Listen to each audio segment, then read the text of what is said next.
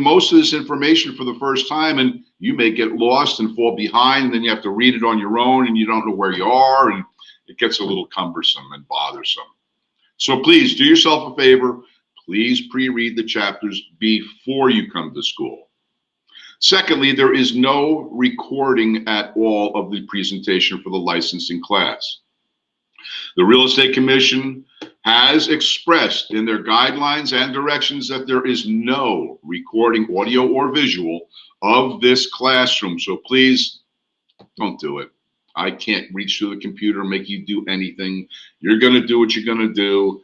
But please just remember, it is forbidden. And if you're caught, you will be rejected from ever getting a real estate license because you're cheating somehow. Just going to leave it at that.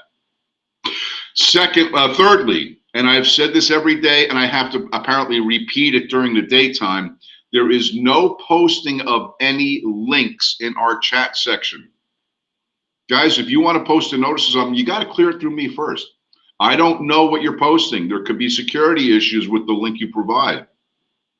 We have had trouble in the past with our system being corrupted by links, including malware and things, and we don't want to have that issue. So please do not post links. If you do, you're going to be instructed to remove it, or you will be removed from class. And I don't want to do that, guys. It's not worth of our time. So please just no posting of links. If you're having connection issues, first of all, close out any and all other programs and applications that you have running on your machine. It soaks up bandwidth, and since this is an audio and visual presentation, it demands a lot of your bandwidth. So please close all that other stuff down, ensuring you the best connection with us. If you have other issues for connection, you can always hit that little semicircle with an arrow next to your address bar up on top of your screen, and that resets your connection with us. All you have to do is log back in, and you won't miss any time. You only miss a minute or two, and that's not a problem. However, if you log off or come in late for more than half an hour at a time, then your hours pretty much don't count for that half day. So please be conscious of when you come in and when you leave. If you have administrative questions like, where do I find the tracker? Where's my homework? How do I find this? Where's the schedule? All that stuff is on our website at recareercenter.com. Or you can wait until noon when Lauren or Noel come on at noontime at the lunch break and present and answer any and all questions you may have for administrative questions. If you have any other questions about real estate practice or matters, and it's not covered under the dialogue in the text, or the administrative personnel can answer it, then please, I always stick around at the end of the day to take any and all questions from you. And if you have questions and you don't want to make it public, I will also every day provide my email address that you can contact me with. Our break schedules start at 10:30 for half an hour. We have a 12 o'clock lunch break for 1 hour and a 2:30 coffee break that goes till 3 o'clock. And then we finish up the day around 4:30. So unless there are any questions, I'm going to start. So are there any last minute questions before we start chapter 10?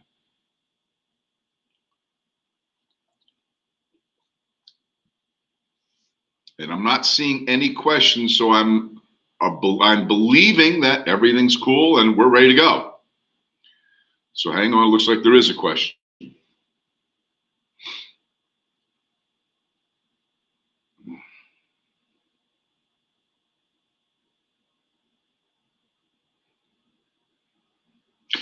And just a reminder, if your cursor is on the dialog bar, it looks like you're asking a question, and that's why we're waiting. So is it Zumi Wang? You're typing a question. We're waiting for your question.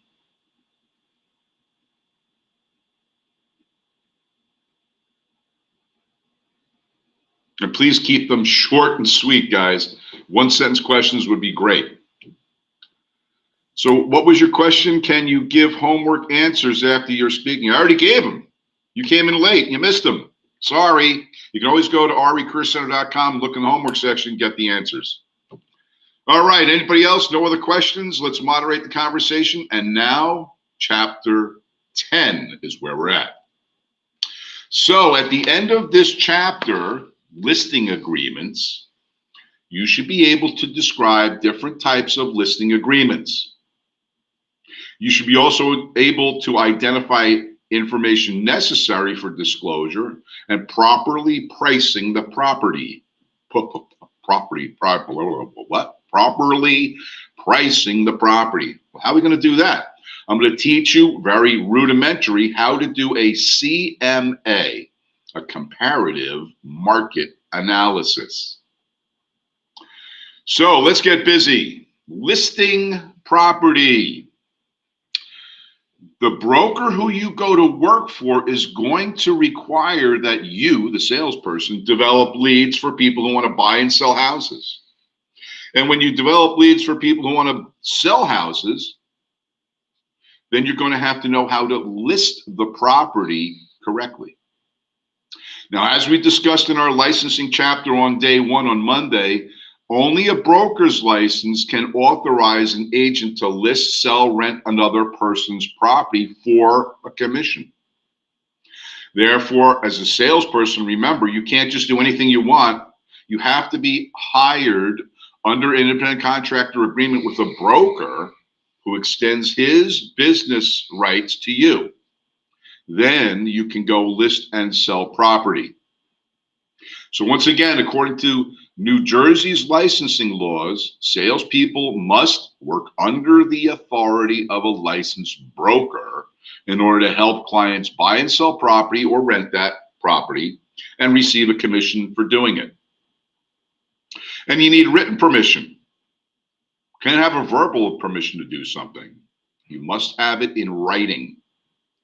Therefore, we have listing agreements with people who are looking to sell their property. We do not sell property with verbal agreements due to the requirement that all contracts in real estate must be in writing. That's called the statute of frauds.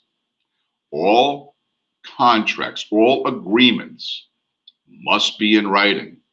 And as we explored on day 1, all contracts, when being signed by clients, must be given to the client as a duplicate original of the signed agreement immediately after signing. So we do things, guys, in written format. We do not do listings with a verbal agreement. Never will your broker allow you to do that. So you have to get all these listing agreements in writing. Before I go any further, is there any questions about what we're discussing?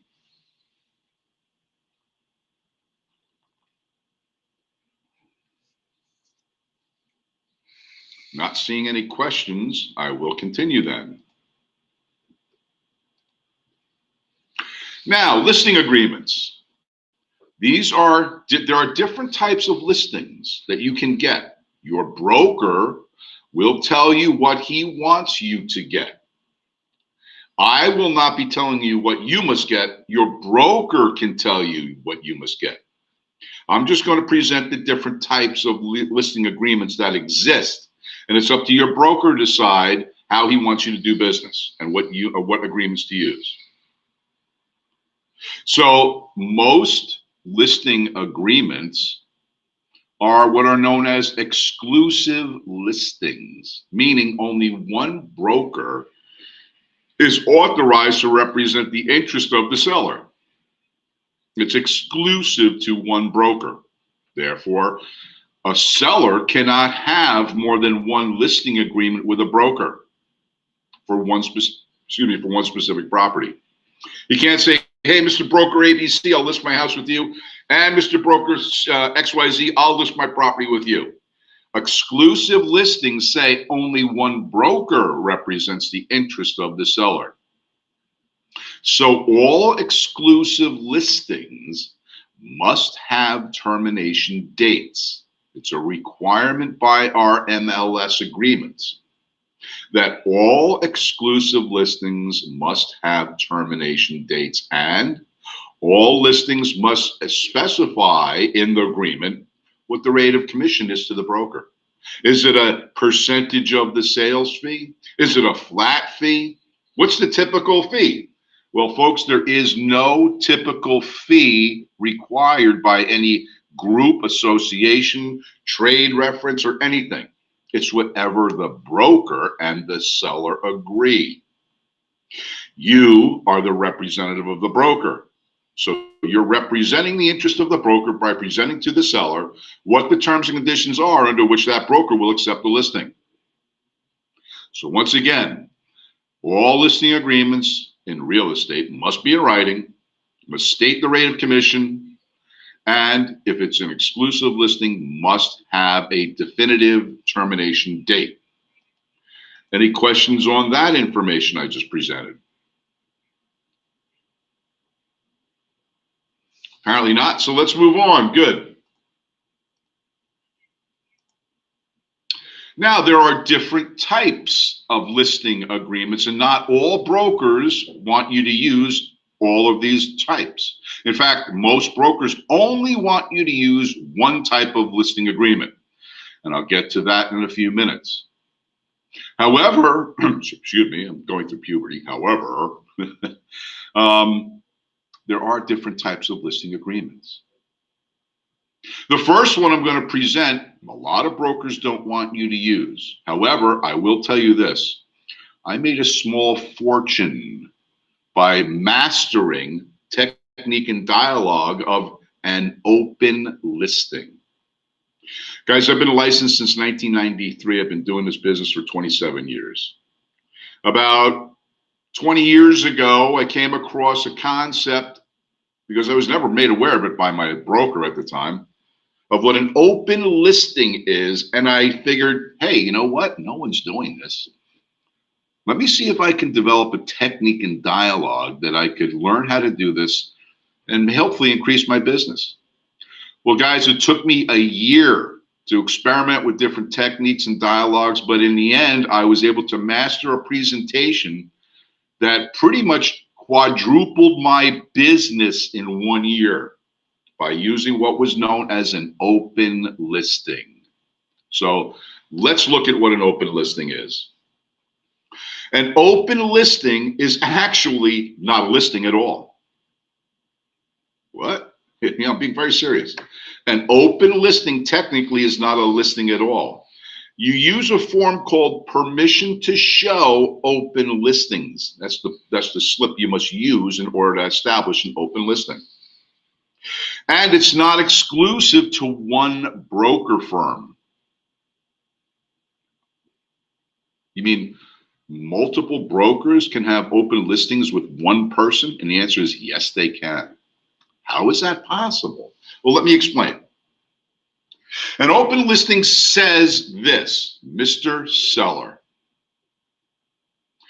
if my brokerage firm can present a qualified buyer who meets your price terms and conditions and signs a contract to purchase your house, would you agree to sell to that person? If so, could I earn a small commission by doing so? You don't have to list your property with me, meaning I'm going to put in the MLS and advertise it globally and do open houses. I'm not doing any of that. I'm not preparing brochures or anything else about your property. I'm just introducing buyers to your property. If they buy it, I get paid a commission.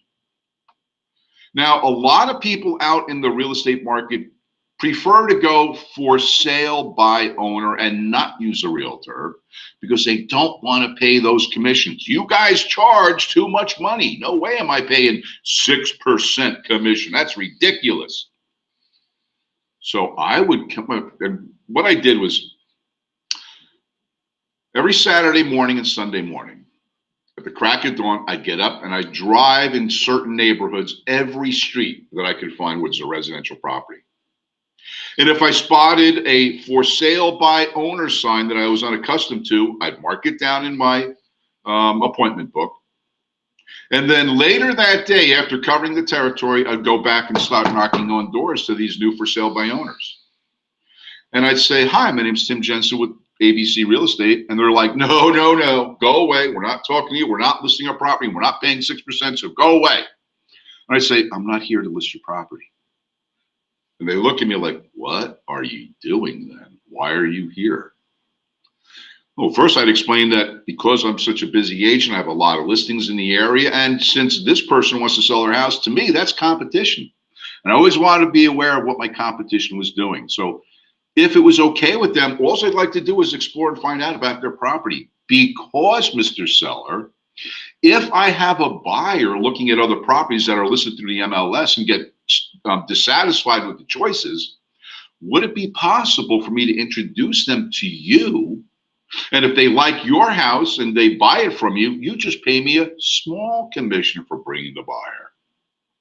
Well, how much is small? I'm not paying 6%. No, no, no, no, no.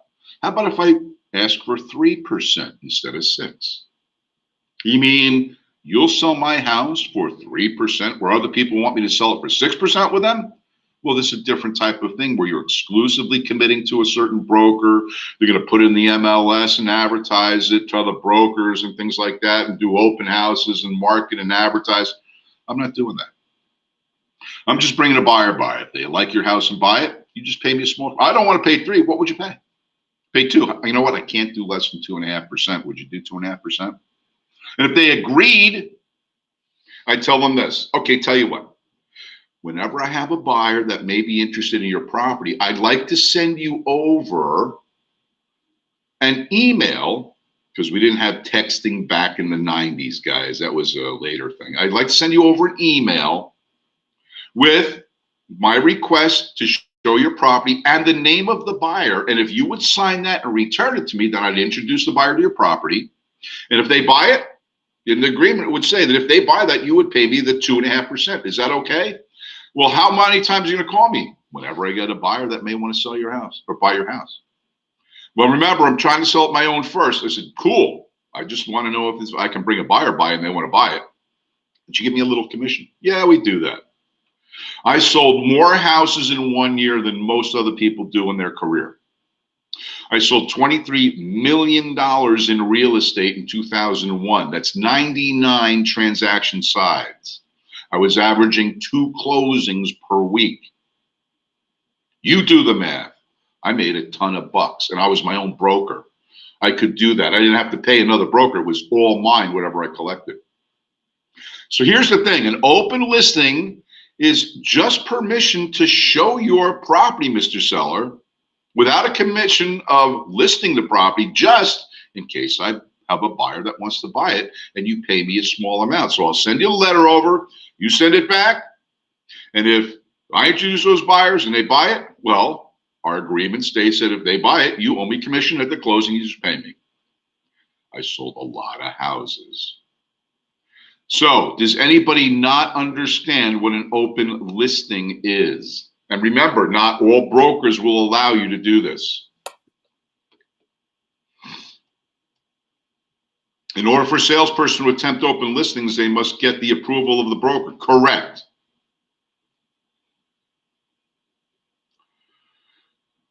Anybody else with a question?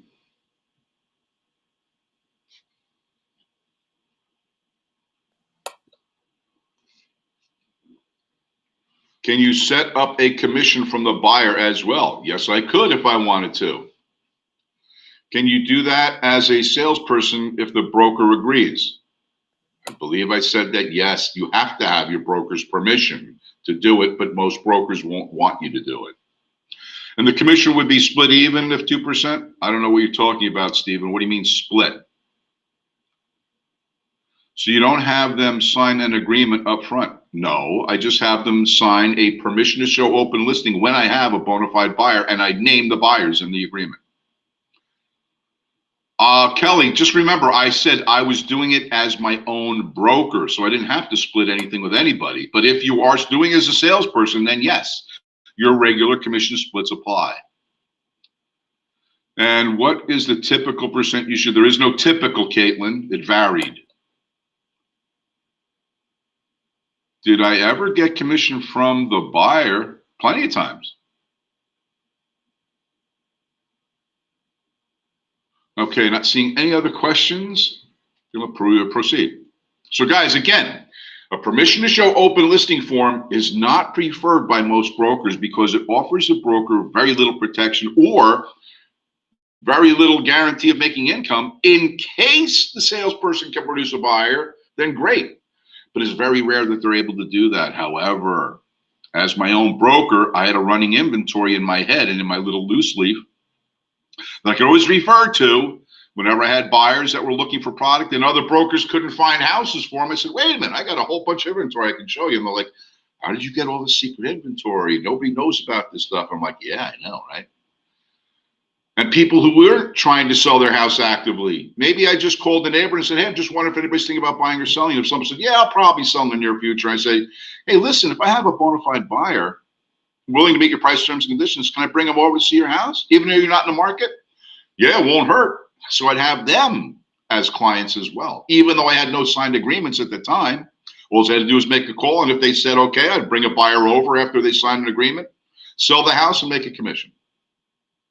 But again, there's no guarantee of getting commission because the seller still has the right to sell it themselves and pay me no commission. So that's why I register my buyers with the seller who signed that agreement with the buyer's name on it. In case they try to go around my back, I'm commission protected. So if they buy that house, I get paid. Hey. The other downside is every broker worth their salt could get the same agreement with them. So if they're doing the same thing I'm doing, the seller's going to have no chance. He's going to have to sell his house to somebody because everybody's going to bring buyers over. But most brokers, as I say, don't do that because it's a very little guarantee of getting paid if the salesperson or broker don't do the right thing. So again, an open listing is not technically a listing. It is, however, permission to show what we call an open listing, somebody who wants to sell.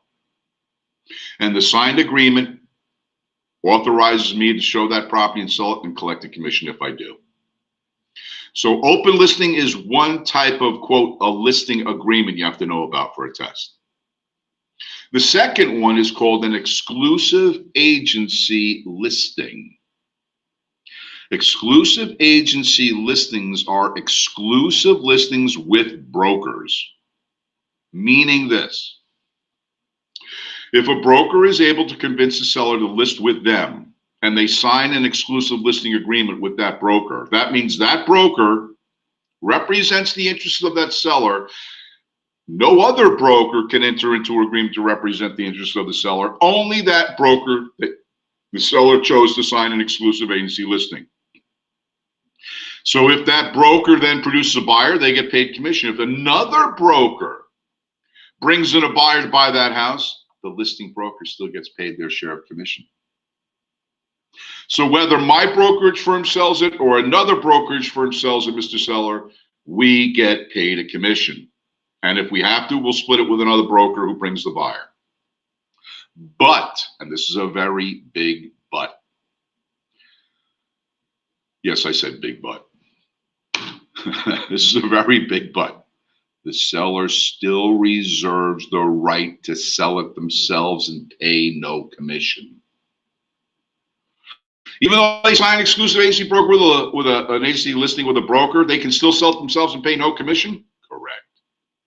That's why most brokers will refuse to allow you to get an exclusive agency listing because there's no guarantee of commission when the property sells. The seller can sell it themselves and you don't get anything. And typically what happens is buyers' agents from other brokers bring their buyers to show the property. And then a month later, when the house is sold, they're like, what happened?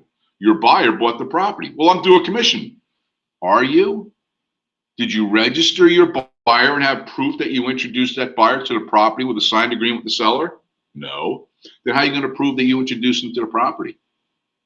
Remember, they still reserve the right to sell it themselves and pay no commission under an exclusive agency listing. Therefore, Mr. Real Estate Practitioner, you better get your permission in writing, and you better be the one to produce the buyer and register those buyers to have a record of who you introduced to the property. Because if they go around your back and buy it directly from the seller, that seller may not be able to or be due a commission to the broker. So, did anybody not understand what an exclusive agency listing is?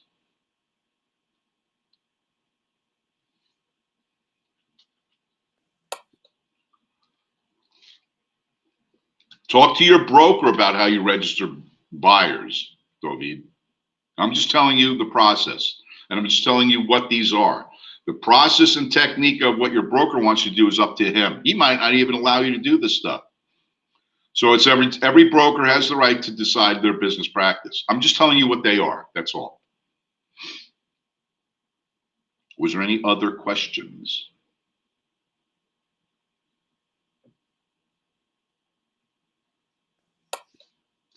If you show the house to a buyer and the seller then goes behind your back and sells to them, can you sue for commission?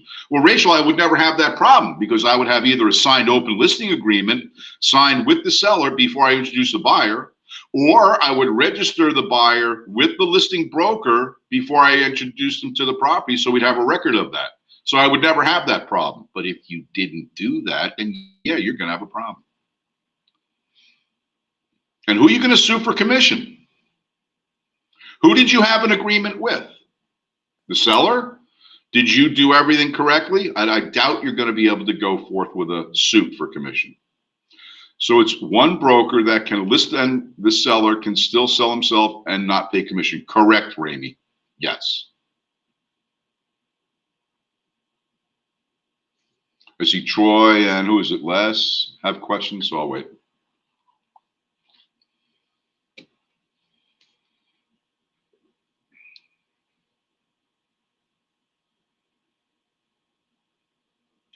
Have I ever done one? Oh, I'm sorry, Luciana, I missed that question. Have I ever done one? If you're talking about exclusive agency listing, no, never. When a seller hires a broker to sell their house, it is mainly to get more exposure to buyers, or does he need the broker for expertise for paperwork also? That's up for you and your broker to discuss, Troy. I'm not talking about those items right now. Leah, if the buyer is coming from a different agency, how do I claim commission on such an agreement? If he's coming from a different agency. Can you explain what you mean? I'm sorry, Leah, I missed something there. You mean another broker introduces a buyer to my listing through an exclusive agency listing? Well, we would want to have their name before they showed the property. And that way, if the buyer goes around everybody's back and buys it, we have proof that they were registered as people being introduced to the property, and we would get paid a commission. Yeah, okay, good. I think we're on the same page then, good. And I don't see any other questions, so let me continue. So far we talked about an open listing, which is technically not a listing. And then an exclusive agency listing where one broker is authorized to list and advertise a property and cooperate with other brokers who may bring a buyer. So if that listing broker brings a buyer, they get paid full commission. If a cooperating broker brings the buyer, then that broker and that other broker split the commission equally, or however the agreement is laid out, and they both get paid for selling that house. But if the seller sells it themselves, they pay no commission. Just like the open listing, if they sell it themselves, the broker gets no commission. And then there's the third type of listing agreement, which every broker in New Jersey wants you, the salesperson, to have. It's called an exclusive right to sell. This is a listing agreement, much like the exclusive agency agreement, which authorizes one broker to represent the seller, who will then share that information with other brokers. And if another broker brings a buyer, then the listing broker and the buyer's broker get paid a commission. If the listing broker alone brings the buyer, then only that listing broker gets paid a commission. If the seller sells it themselves, the listing broker still gets full commission. In other words, whoever sells the house, the listing broker is guaranteed a commission, and that's why your brokers want you to go out and get exclusive right to sell listing agreements, because if another broker sells it, or the listing broker sells it, or the seller themselves sell it, the listing broker gets paid their commission. Did anybody not understand these three differences or these three types of agreements? And if so, please ask now, not a half hour from now.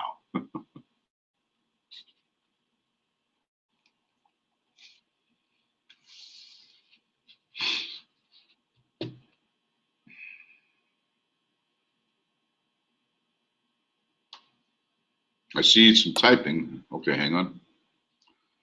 Why would anyone sign an exclusive agency if there is the option to sign the exclusive right to sell? I don't know. That's why brokers don't want you to use them, Leah. I'm just saying. Your question is valid. I don't have an answer for you. Richard, that is exactly what I did when I rented my townhouse. Okay, very cool. All right. Anybody else with a question before I move on? And I'm not seeing any. Oh, are these types of listings the same for rentals? Yes. Yes, indeed, they are.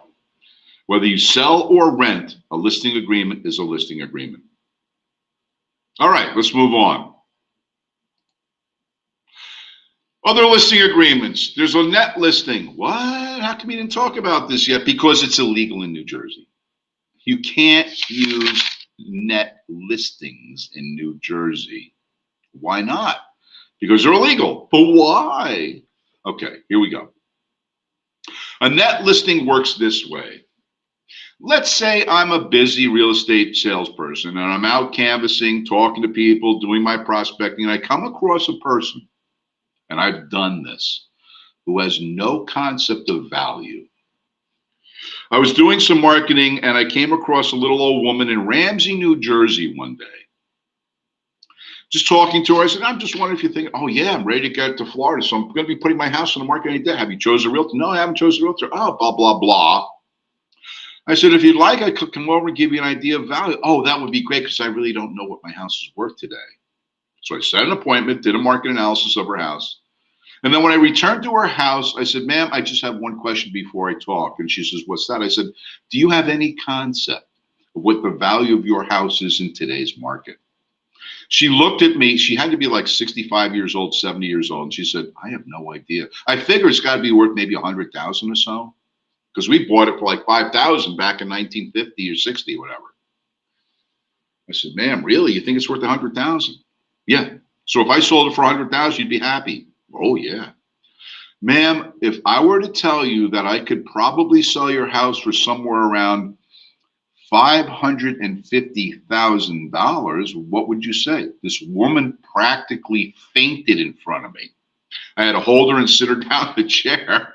And she said, what? I said, yeah, your house is worth about $550,000 in today's market. I had no idea. If I was an unscrupulous practitioner and said, if I got you 100,000, you'd be happy, I could sell that for $550,000 all day long and walk away with a $450,000 commission check after giving her $100,000. That's illegal. You can't do that. Therefore, I had to give her the information, and she was like, I'm going to buy a bigger house when I move to Florida. Why not? You got the money now, and you can leave your kids some money. And all of a sudden, she was like, wow. It's like a new day dawned on her. She had no concept of value. And if I was unscrupulous, I could have taken advantage of her and sold it for whatever and only given her 100,000. She would have been happy. But you know what? That's not right. In fact, as I've been saying since day one, realtors must do business according to our code of ethics. And I keep saying it's in the back of your book. And I don't know if anybody's read it yet, but you should. Because Article 1.3 in the Realtors Code of Ethics state this: when selling, listing agents are not allowed to mislead the seller as to value. We have an ethical obligation to inform our clients what the true value of their properties are. We can't overblow the value or undercut the value. We must be realistic in our relaying of value propositions to clients. And I know there are realtors out there intentionally misleading people to value just to do better business, quick business. Not better, but quicker. Quicker doesn't mean better. It just means quicker. And because it's quicker, you got to wonder, what are we missing? So when taking listings, guys, you are required to give information to sellers about the proper valuation of their property in today's market. How do you do that? I'm going to teach you a very rudimentary CMA, comparative market analysis, learn how to do that. But your broker and the multiple listing service are going to be training you on how to do this. So in New Jersey, net listings are illegal. You cannot do them. All right, I don't think there's need for question and answer on that. Let's move on to what a multiple listing service is then. The multiple listing service, the MLS. The multiple listing service. You saw yesterday I had a shirt that said NJMLS on it, New Jersey Multiple Listing Service. I was on a board of directors of New Jersey Multiple Listing Service for a couple of years back in the early 2000s. And the multiple listing services, of which there are 8 of them in New Jersey, are pretty regional in their coverage. There used to be as many as 30 in the state of New Jersey. And because of regionalization, they started to conglomerate and be stronger because of it. However, there's no one listing MLS that covers the entire state and everyone goes to.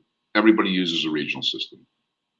But the multiple listing service is designed so that brokers have a way of communicating and cooperating with other brokers to do more business. Let's just say I take a listing, a $1.2 million colonial in Allendale today. Well, according to statistics, and I'm going to draw this up on a whiteboard, I am, let's say, the listing broker. And out there's a buyer's broker with a buyer, right? Okay. So let's say I present to the seller, I'm going to charge them 6% commission, and they agree because I'm not good of a salesman. I can get it. So I say this, under an exclusive right to sell listing, Mr. Seller, I will be doing everything I can to sell your house by myself, but I'm also going to be relying on the cooperation of other brokers who may have buyers. And I know that 95% of the time, by statistics, you can check me on this, 95% of the time when I list a property, another broker who represents a buyer is going to bring the buyer who buys your house. Only 5% of the time, statistically, will I be able to sell the house myself and not have to cooperate with other brokers. Now, I'm a numbers guy. If you tell me it's 95% of this and 5% of that, I'm going to say, well, 95% is where I'm going to invest most of my time and money. And hopefully, if I'm lucky, I can get the 5%. Therefore, the multiple listing service allows me to cooperate with other brokers by sharing information about listing. And they, when they get listings, share it with me. So if I have a broker, a buyer rather, to buy their listing, we can work a deal out and everything happens. Now this 6%, what happens to it? Everybody says, you make too much money at 6%. Well, hang on. If I list a property as the listing broker and another broker brings the buyer, then I have to split that commission. I'm going to take this percent and I'm going to give out to a buyer's agent that percent. So a lot of brokers keep 4 and give out 2 because, hey, you know, we're listing the property, we're doing most of the work. We're going to take the lion's share of the commission. That's nice. However, I have a different philosophy, and that is, if I'm the listing broker relying on the cooperation of other brokers to help me, then they're going to do just as much work as I am. I'm going to keep 3 and offer out 3. Therefore, if we sell it ourselves, we still get the 6%. However, if another broker sells it, we still get 3%, of which then is divided between the broker and the salesperson. And depending on your brokerage agreement, let's say it's 50-50, then you each get a commission of 1.5%. And because the buyer's agents are looking to make money and they'll have buyers looking to buy houses, maybe 3 or 4 houses in Allendale meet their criteria. but all the other brokers are offering 2% where I offer 3%. Which house do you think they're going to want to sell first? Obviously my house, because they make more money. So if they sell the house, I split my commission by cooperating with that other broker through the MLS. He makes 3%, I make 3%, and then he splits it with his salesperson, what the fees agreed to are in their employment agreement. So that's how a multiple listing service with cooperation between brokers fosters our ability to a greater extent to be able to sell more property more efficiently. Did anybody not understand what I'm talking about here?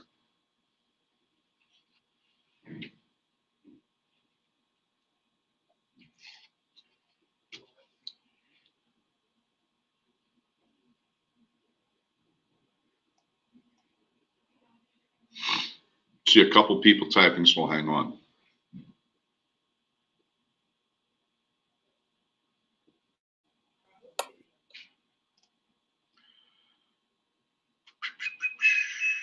Hey, Tim, I guess it's chapter 10 yesterday. Can you tell me what time chapter 11 starts? After chapter 10, I don't have a time for you. I'm sorry. Is there visibility for the homeowner about the breakdown of is there visibility for the homeowner about the breakdown of percentages? No, but you could be the agent to inform them and educate them so they feel more comfortable doing business with you. Ran to bathroom when you explained 5. What are those percentages for? 5% of the time I take a listing, I'll be able to sell it myself. 95% of the time, another broker is going to produce a buyer to buy my listing. How about the buyer? Will the broker take commission from him? They could if they want to, and they can work out those details. It's no rule that says they must or must not. It's up to your broker to decide how you're going to work. Where's the percentage come from? The seller. Is the amount of commission the buyer's broker will earn in the MLS? Yes. Okay, any other questions? Well, this is good tea. I got a good cup of tea today. It's good Earl tea. Really good Earl Grey tea. I assume the seller can't dictate what percent the buyer broker should get. Yes, as a matter of fact, Edward, the agreement of the commission split amounts with the cooperating brokers between the seller and the broker. The broker could say, I want 4%, but the seller could say, you know what, I want to entice those other buyers agents, give them a better percentage split. Then they'd give them 3% and keep 3% if they get 6. So it's between the seller and the listing broker decide what the cooperating commission split would be with the other brokers that bring the buyers.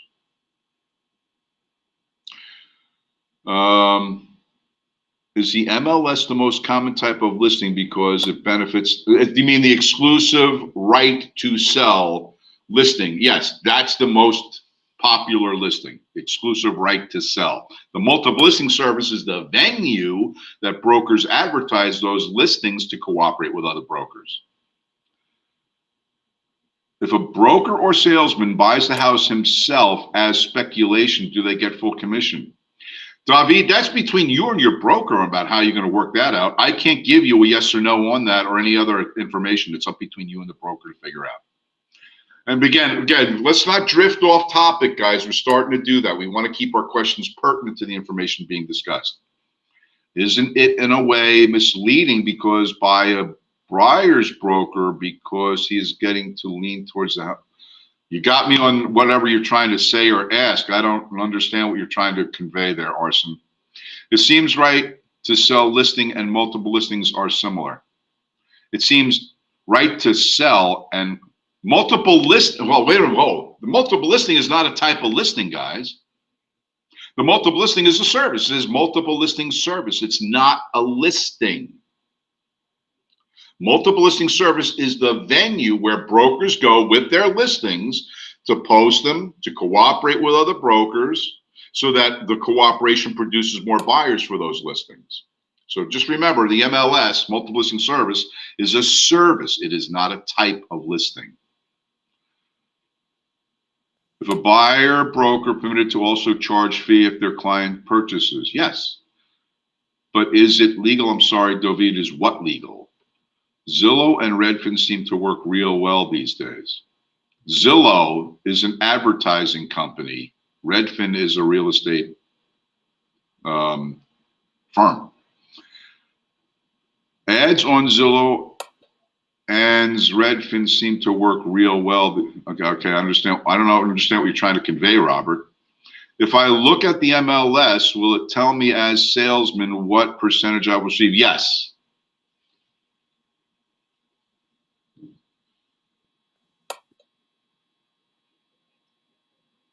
Well, that looked like a question. I'm sorry, Robert. What was your question? What was the statement? Ads on Zillow and Redfin seem to work real well these days. I don't understand what that means. What do you mean ads? Ads for what? And how do you justify work real well? So I don't understand what you're conveying. Doesn't Zillow pull the info from the MLS? No, they pull the information from Realtor.com. Realtor.com gets it from MLSs. Every MLS is different, Jody. There is no one set fee, so you have to interview with a broker to find out what their MLS costs are in your area. Isn't the buyer's broker is going to push the buyer to buy? Guys, we're getting, again, off topic. Let's stay on topic. We named 4 different types of listings, and we're talking about a multiple listing service. What your broker decides to do, he's going to have to educate you on that, and not all brokers are the same. So there is no standard information being conveyed here. It's everything subject to the broker you go work for. Robert, I'm going to have to stop the conversation here because you're obviously doing, I don't know if you're advertising for Zillow and Redfin, but you don't post on Zillow. I don't know if you even understand how they even work. And it's not a topic for discussion, so let's leave that alone. Is the enticement from the seller to other brokers from the agreed upon percentage, or is it? I don't know if I ever even spoke about the word enticement. I don't even know what you're referring to, Trinidad. I'm sorry. We're not talking about New York, Tyler. We're only talking about New Jersey. Can I sign up for multiple MLSs? Yes, whatever your broker is a member of, you will be a member of. If he's not a member of, then no, you can't be a member of it. So I'm going to leave it there, guys. We don't want to drift too far off topic. We do want to stay centrally located on this idea of listing agreements and multiple listing services. What your broker decides to do is up to your broker. He can do many, many different types and ways of doing business, and everybody's different. That's why I tell everybody, you better be out there interviewing with many different brokers to find out how they do business, how they're going to train you. They're all different. And if you get hired by the wrong broker, you're going to fail in your real estate career. So go interview and ask the questions that I told you about. Find out who you want to work for and then go work for them. End of discussion. I'm sorry if you don't feel that that's fair, but I got to move on, guys. We're getting off track and we want to stay on track. So a multiple listing service is the arena. It's a service provided to real estate agents to advertise their listings so that other brokers are made aware of the listings. And if they have buyers, they can look at what the co-broke fee is that the listing broker is advertising, then sell that property and collect the co-broke fee for the broker, who then splits it with their salesperson. Moving on, sub-agency. This is a concept that pretty much nobody does anymore. Little history. Prior to 1995, real estate practitioners all represented sellers, period. There was no buyer's agency. There was no disclosed dual agency. There was no transaction brokerage. And we talked about those ad infinitum on Tuesday and Wednesday. There was only seller's agency, meaning every salesperson, every broker represented the interest of the seller only. From 1921 up until 1995, all real estate practitioners in New Jersey represented sellers only. No one represented the interest of the buyer. except their attorney. No one was able to represent buyer and seller in the same transaction using disclosed dual agency agreements because there was none. So every broker represented seller. That means if my ABC company got a listing in Clifton, then XYZ broker acted as a sub-agent of my brokerage firm by bringing a buyer and getting the best price, terms, and conditions for the seller. There was no buyer's agency. Every broker, every salesperson worked to get sellers the best price, terms, and conditions. Therefore, as I said, I'm ABC Real Estate taking a listing. XYZ has a guy who wants to buy it. Then he's going to tell the buyer that they, again, are going to act as sub-agents from my brokerage firm representing the interest of my seller, and they're trying to negotiate that buyer to pay the best price, terms, and conditions. That's known as sub-agency, when another broker represents the interest of the listing broker. Another example of sub-agency is, remember, your broker has the business relationship with the client or principal. You work for the broker. Therefore, you are a sub-agent of the client because you're working for the broker who works for the client. Does anybody not understand what sub-agency is?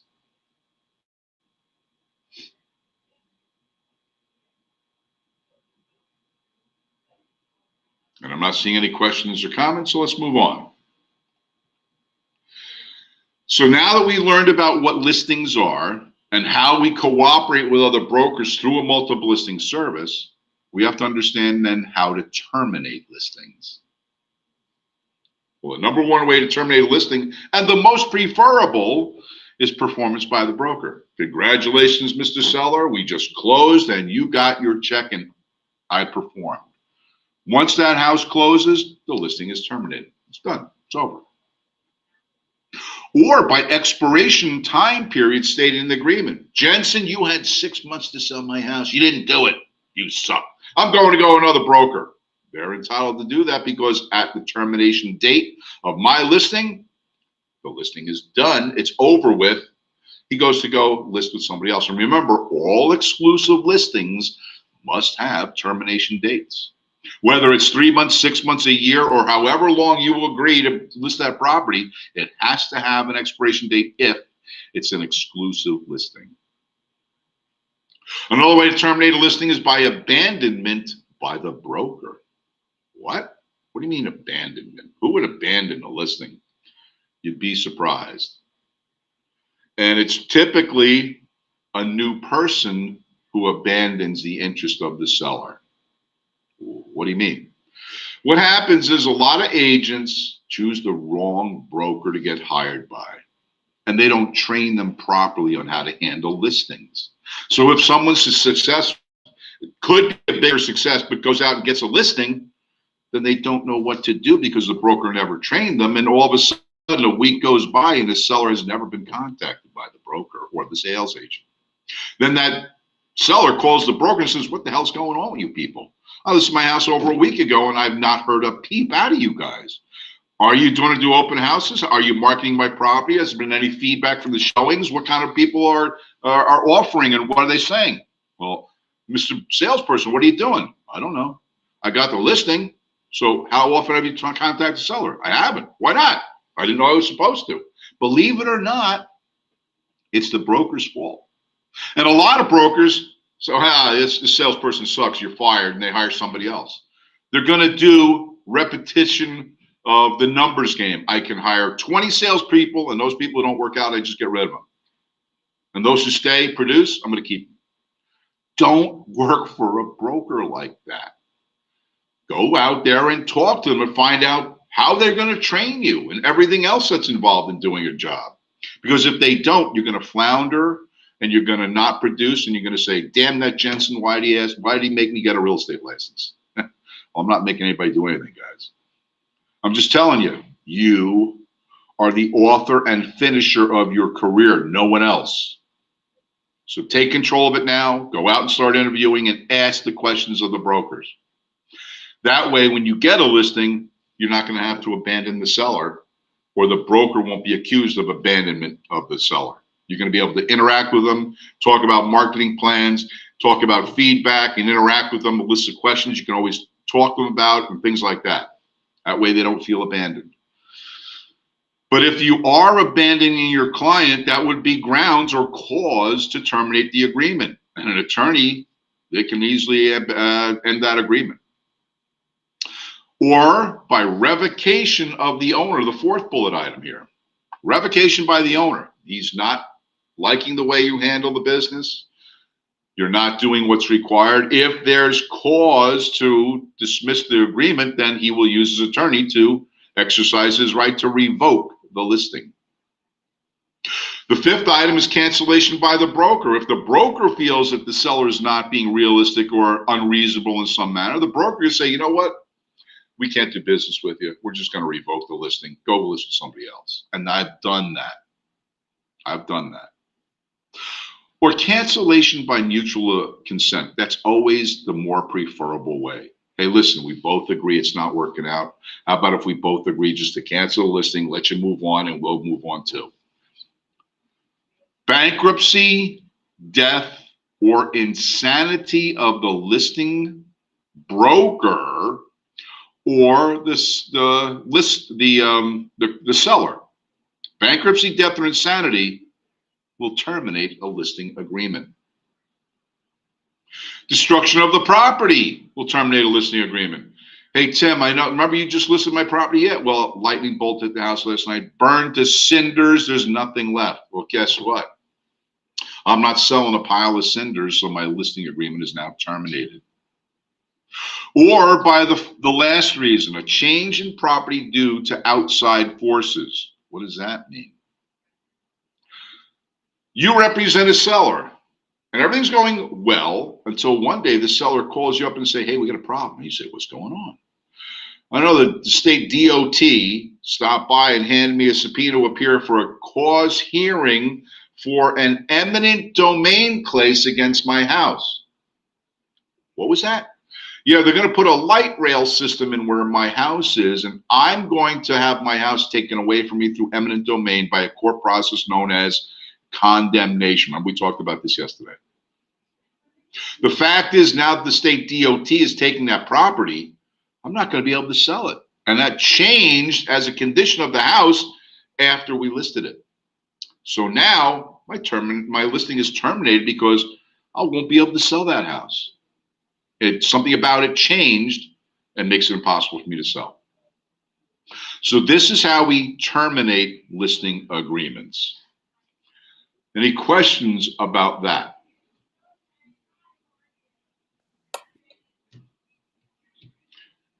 Can a seller just change their mind and no longer want to sell? Can they terminate the contract? They could, but it's up to the broker how they're going to treat that.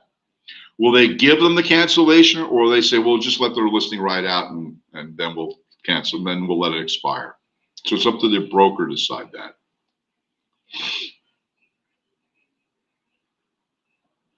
Isn't that illegal because the buyer's broker is putting, I'm sorry, Arson, how, I'm lacking context here. How is what illegal? I'm sorry if I missed your question. Was there anybody else with a question?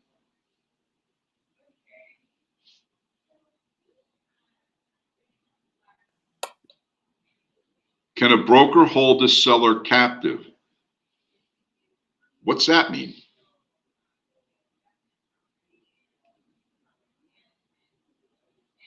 I don't understand your question, Trinidad.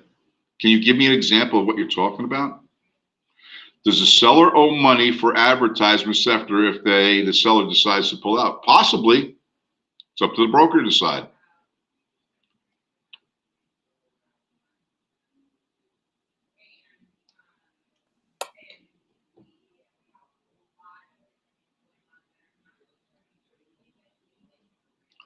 So no commission or amount of eminent domain. Yeah, probably not. The seller can't control that, neither can the listing broker. Seller and agent agreement. The seller can't back out until it expires, correct? Unless they have cause, yes, Eliza. You just said that broker is the one to decide if a seller wants out. Yes. You paid to list your house? I don't know what you're talking about. I'm at a loss here. Did I just experience a Twilight Zone flash or something? Because I don't know what you guys are referring to here. Please help me understand. Give me context of what you're trying to ask, because questions out of the blue that have nothing to do with what we're talking about kind of lead me to believe I'm missing something here. I'm confused too, Dale. I don't know what they're trying to ask me about. Seller pays when property is sold, correct. Can you fire your broker because he's not putting your needs before his? Well, that's the rules of agency, Arson. The listing broker is required to put the needs of the client before his. And if they're not, then yeah, I would say that's probably grounds to terminate an agreement. You probably want to have an attorney confirm that to write an authorizing letter to terminate it. But I, as a neutral third party, would only say you probably could, but better consult an attorney. How's that? You have to paid to the broker to list your house.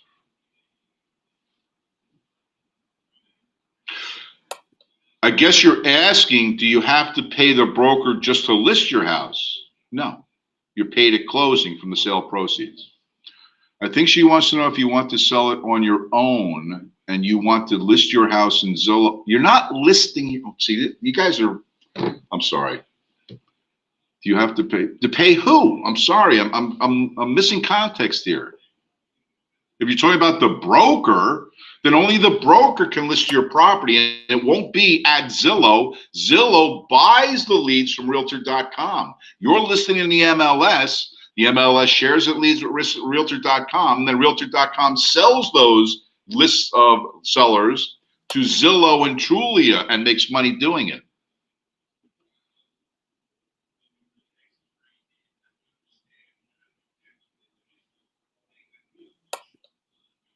I asked where you report bad brokers? Well, you were with me on Monday and Tuesday, so you would, if you weren't, then you wouldn't know. You have to go to the real estate commissioner to do that. I think he's asking if you're your own agent, do you have to pay? Okay, guys, we're getting way off track here. Again, I'm sorry, I'm just gonna have to stop asking questions for a while. We gotta move on.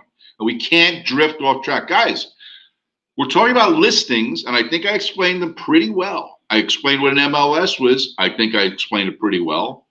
And explained how to terminate listing agreements and sub-agency. I think I explained it pretty well. If you guys want to know how brokers do things behind the scenes, then go talk to brokers, because every broker's different. There's no one policy that covers everything. So again, please keep your questions pertinent to the information being presented, not what ifs and under this condition or that variable.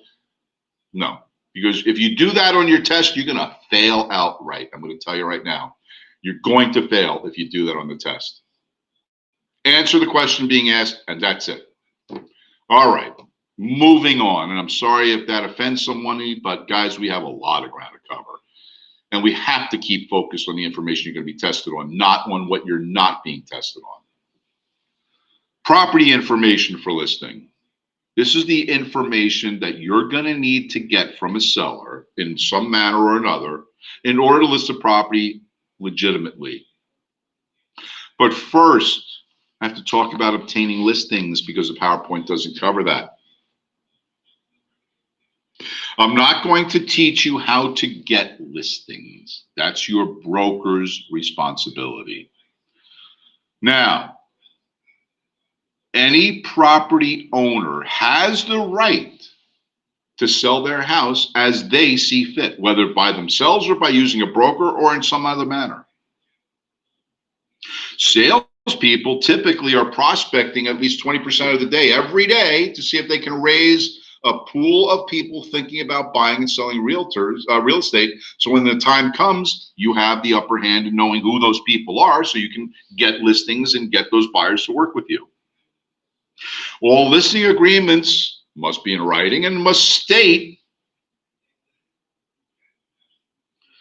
that they've received the consumer information statement from the listing broker or agent. Remember, we talked about that the other day. And upon signing the listing, the consumer must also be presented with the Attorney General's memorandum against discrimination, which we talked to you about Tuesday or Wednesday. And then when signing those documents, the agreement must be given a copy to the seller upon signing. And when those listings are obtained, it belongs to the broker, not the salesperson. Remember, the salesperson is working for the broker who has the business relationship with the seller or buyer. You are a salesperson. If your broker doesn't like the way you're working, he can remove you from the transaction, put somebody else in there. And I've done that too. Found when salespeople are acting inappropriately or without knowledge, I'll have to remove them and put another salesperson to do the deal because that other person is going to lose the deal. I can't afford to lose money as a broker. So remember, the relationship is between the broker and the client. The salesperson is the mouthpiece and the ears for that broker, but works for the broker as a subagent to the client. All right. Getting information for a listing agreement. On page 150 in your 14th edition is a sample listing agreement. This is from the New Jersey multiple listing system or service. And you can see it's a fill in the blank form of contract. We have to fill in certain blanks with information. There's a lot of information. Names and addresses of owners, adequate description of the property, survey dimensions of the lot, number, size, and layout of rooms, square footage, construction and age of building, information relative to neighborhood, current taxes, excuse me, if there's any special assessments open against the property, if there's any dues or fees as a member of a homeowners association or something like that. Amount of existing financing, that's not required. Utilities and average payment, you have to fill in what type, and you have to be knowledgeable what type of utilities are used, gas, oil, etc., electric. It would be a very good idea, it's not required, but it'd be a very good idea to have the information about the average utility bills the seller's paying. That way the buyer can hopefully project budgetary issues on their own concern.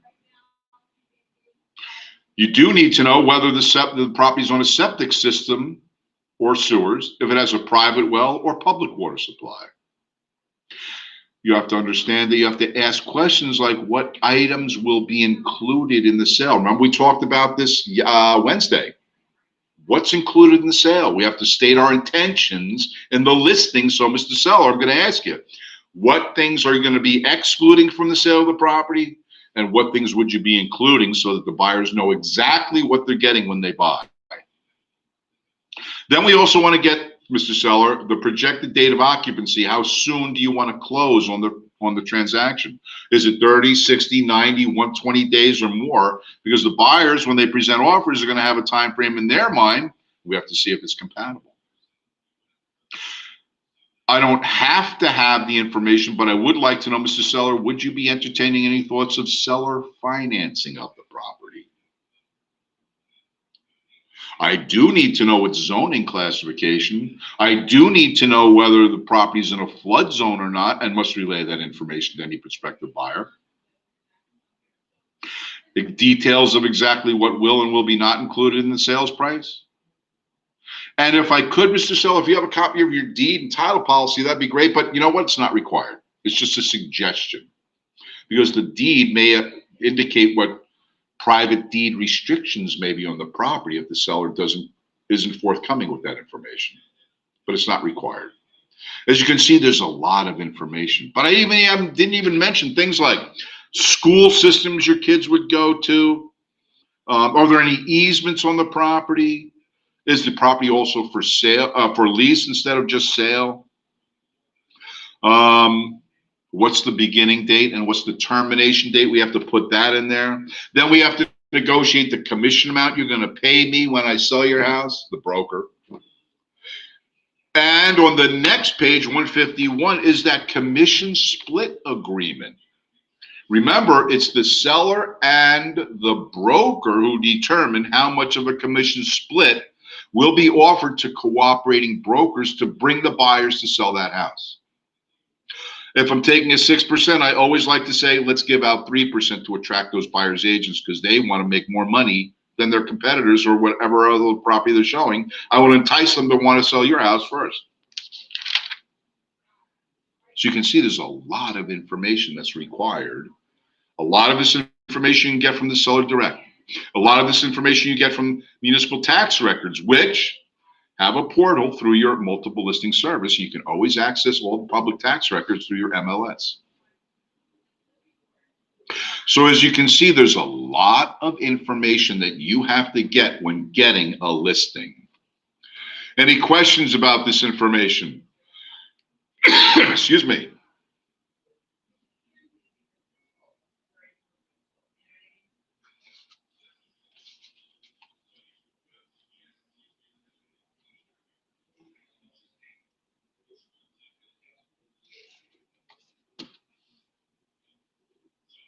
And I'm not seeing any questions, so let's move on.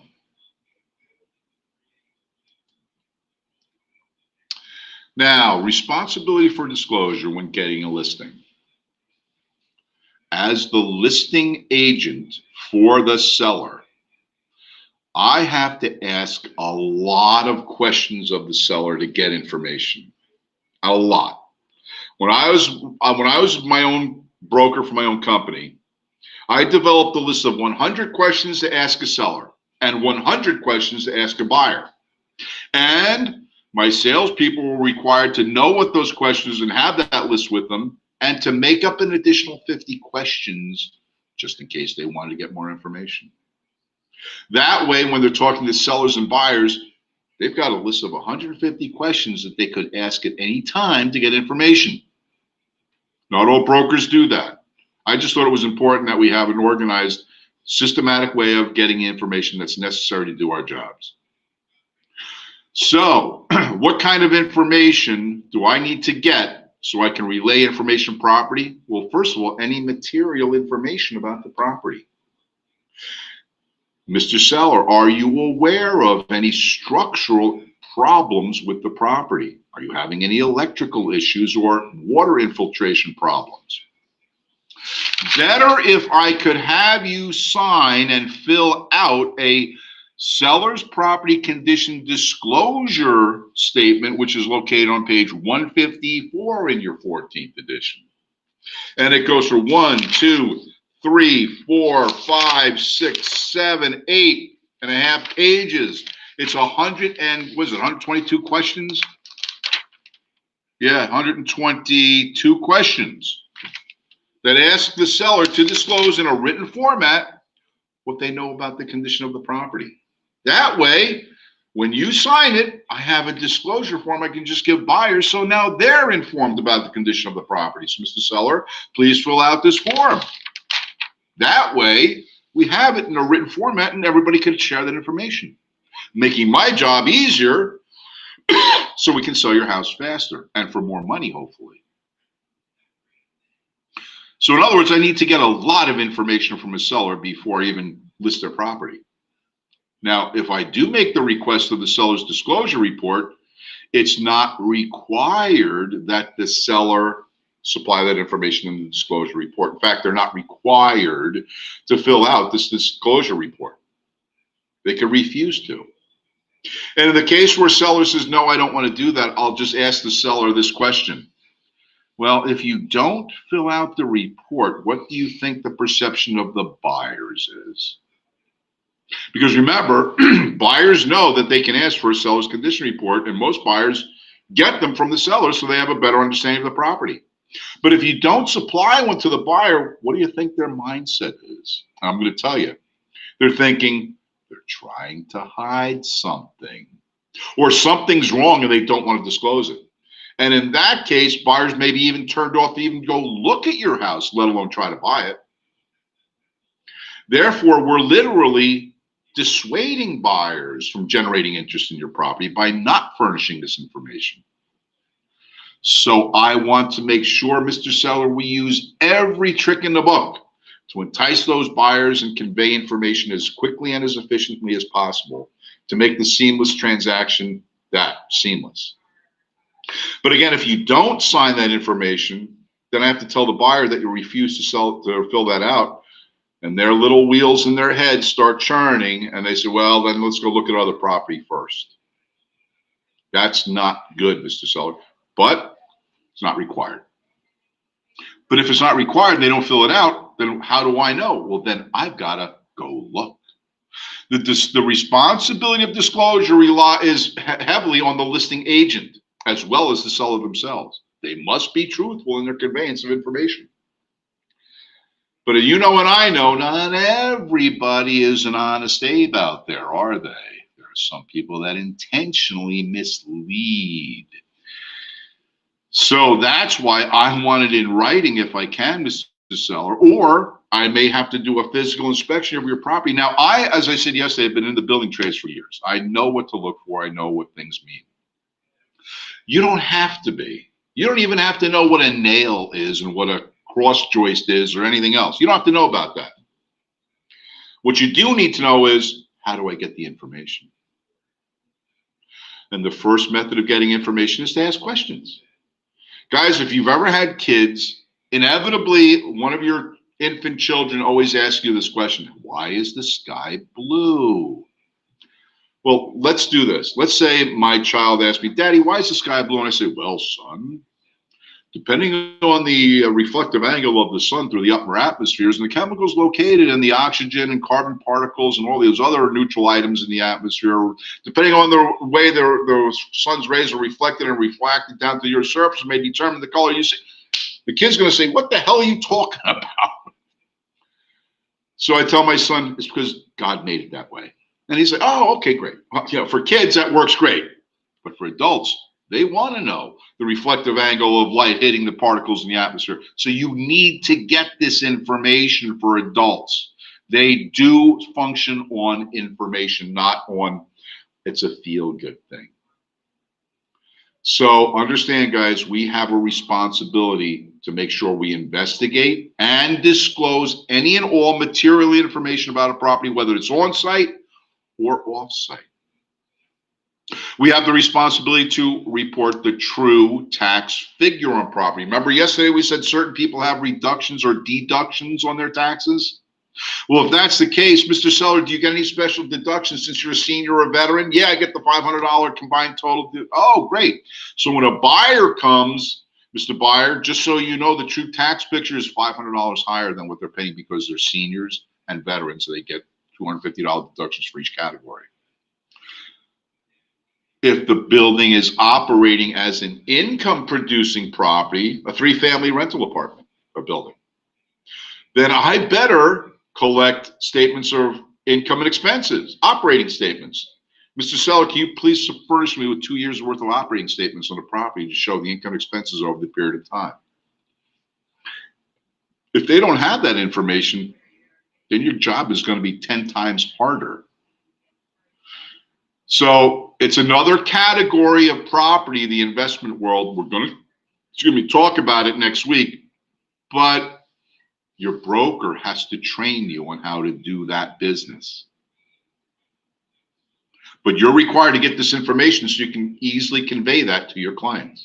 So if you're going to get into the commercial world of real estate, know what operating statements are, income expense reports, profit and loss statements, budgets, and all other kinds of financial issues. You're going to have to learn how to do that. And if it's an income producing property, can you please furnish me copies of all the leases for all the tenants? And give me your statements of secure deposits from each tenant, copies of the leases, how much each person pays, when the due date is for rents and all that other good stuff. That's a lot of information. Yeah, it is. Also, you need to know what your local municipality's rules on C of O, certificate of occupancies, are. Some towns are very lax and say, okay, you're selling, here's a C of O. In other towns, well, I have to come over and do a physical inspection of your property before I give you a CO. Some are very tough, some are very lenient, so you have to know what the local municipality rules are. You have to know, is the property in a flood zone? Mr. Seller, is your house in a flood zone? No. Do you play flood insurance? Yeah. Why? Oh, yeah, we're in a flood zone. A lot of people try to mislead you. But you can always check, I believe it's TransUnion, if I'm right. No, it's a Transamerica, I'm sorry. Transamerica as a source of floods areas. However, after Hurricane Superstorm Sandy came through, the FEMA, Federal Emergency Management Association, redrew many of the flood maps. So you may have to go to FEMA to find out the flood map and find out properties in a flood zone or not. Mr. Seller, are there any restrictive ordinances on the property? Are you a member of a homeowners association? Do you have any deed restrictions? Are there any covenants, conditions, and restrictions that we have to relay to buyers? Does the town have any other special use requirements for this type of property? You have to ask a lot of questions, and you have to get the information. The responsibility of investigating this information is on the shoulders of the real estate person, not the consumer. You are going to be required to ascertain all pertinent information on property that you're listing. All the information, you are. Now, whether you like it or not, guys, I still carry coveralls and work boots in my car. Why? If a client has a need to sell, I may have to crawl in crawl spaces, in cobweb covered, dark, dingy basements with ghosts and goblins and all kinds of critters. I may have to do that just to find out information. Don't be scared. Nothing really is going to hurt you. Of course, if it's a deadly poison snake or a rabid raccoon or something. Now, you may not have to do that. You might not have to do that if the seller has good information about their property. Most sellers do, but there's a good number of them out there that have no clue about what goes on in their house. But Mr. Seller, I got to ask the question, do you know any defects on the property, visible or non-visible? What do you mean? A visible defect is like a crack in the foundation. I can see it. A non-visible or latent defect is something I can't see. Maybe there's a crack in the foundation, but you have a finished basement. Are you aware of any structural issues in the foundation? If they say no, then when I convey information to a buyer that the seller has said that there's no structural issues, then I take the liability of misrepresentation off my shoulders and put it right back on the seller. I don't want to be accused of misrepresenting information. So, Mr. Seller, I need accurate information. And if there are defects, I'm required to disclose them to any and all buyers, not just one or two, any and all buyers. And whenever taking a listing, your broker will determine, because your broker sets policy, what fee you're going to charge the seller, what cooperating fee you're going to offer other brokers, and that if it's an exclusive right to sell listing, you're going to put it in the multiple listing service, because you want to cooperate with other brokers to increase the chances of selling that property as quickly without any hassle as possible. Seller could also opt to sign what was called the waiver of broker cooperation. Remember, we talked about that on Tuesday and Wednesday.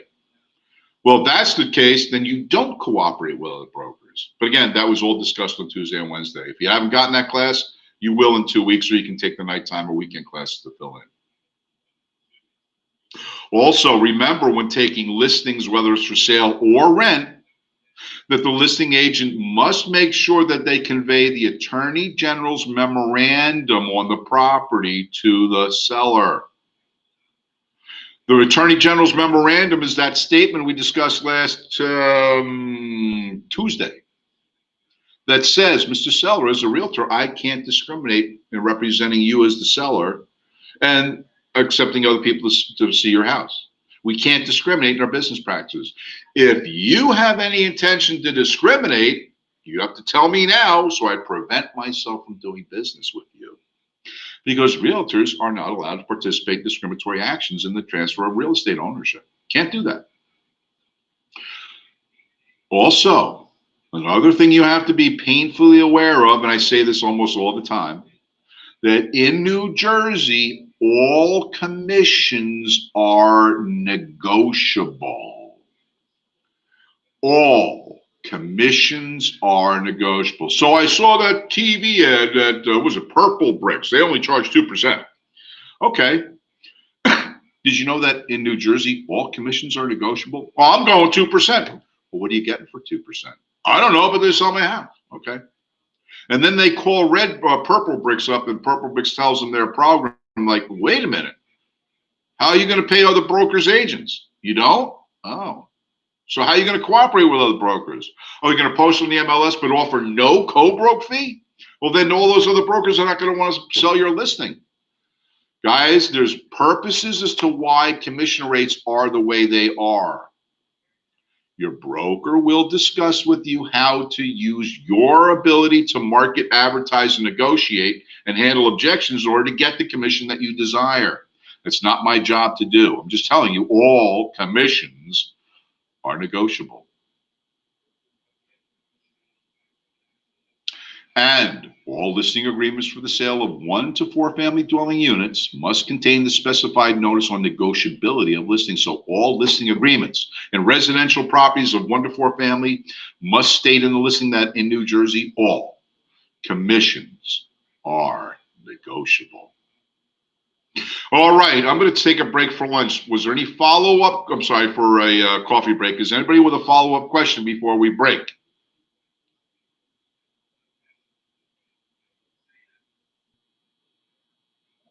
Not seeing any. Okay, guys, it's 10:30. We're out for half an hour, so I'll see you at 11.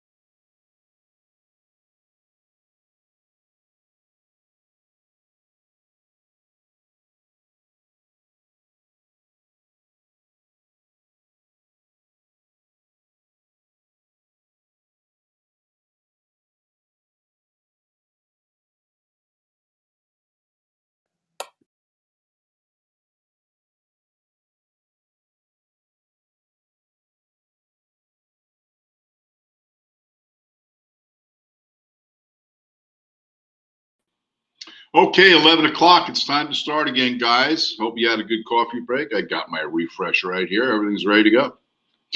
So we're talking about listing agreements this morning. So let me quickly moderate the conversation and move on to our next topic.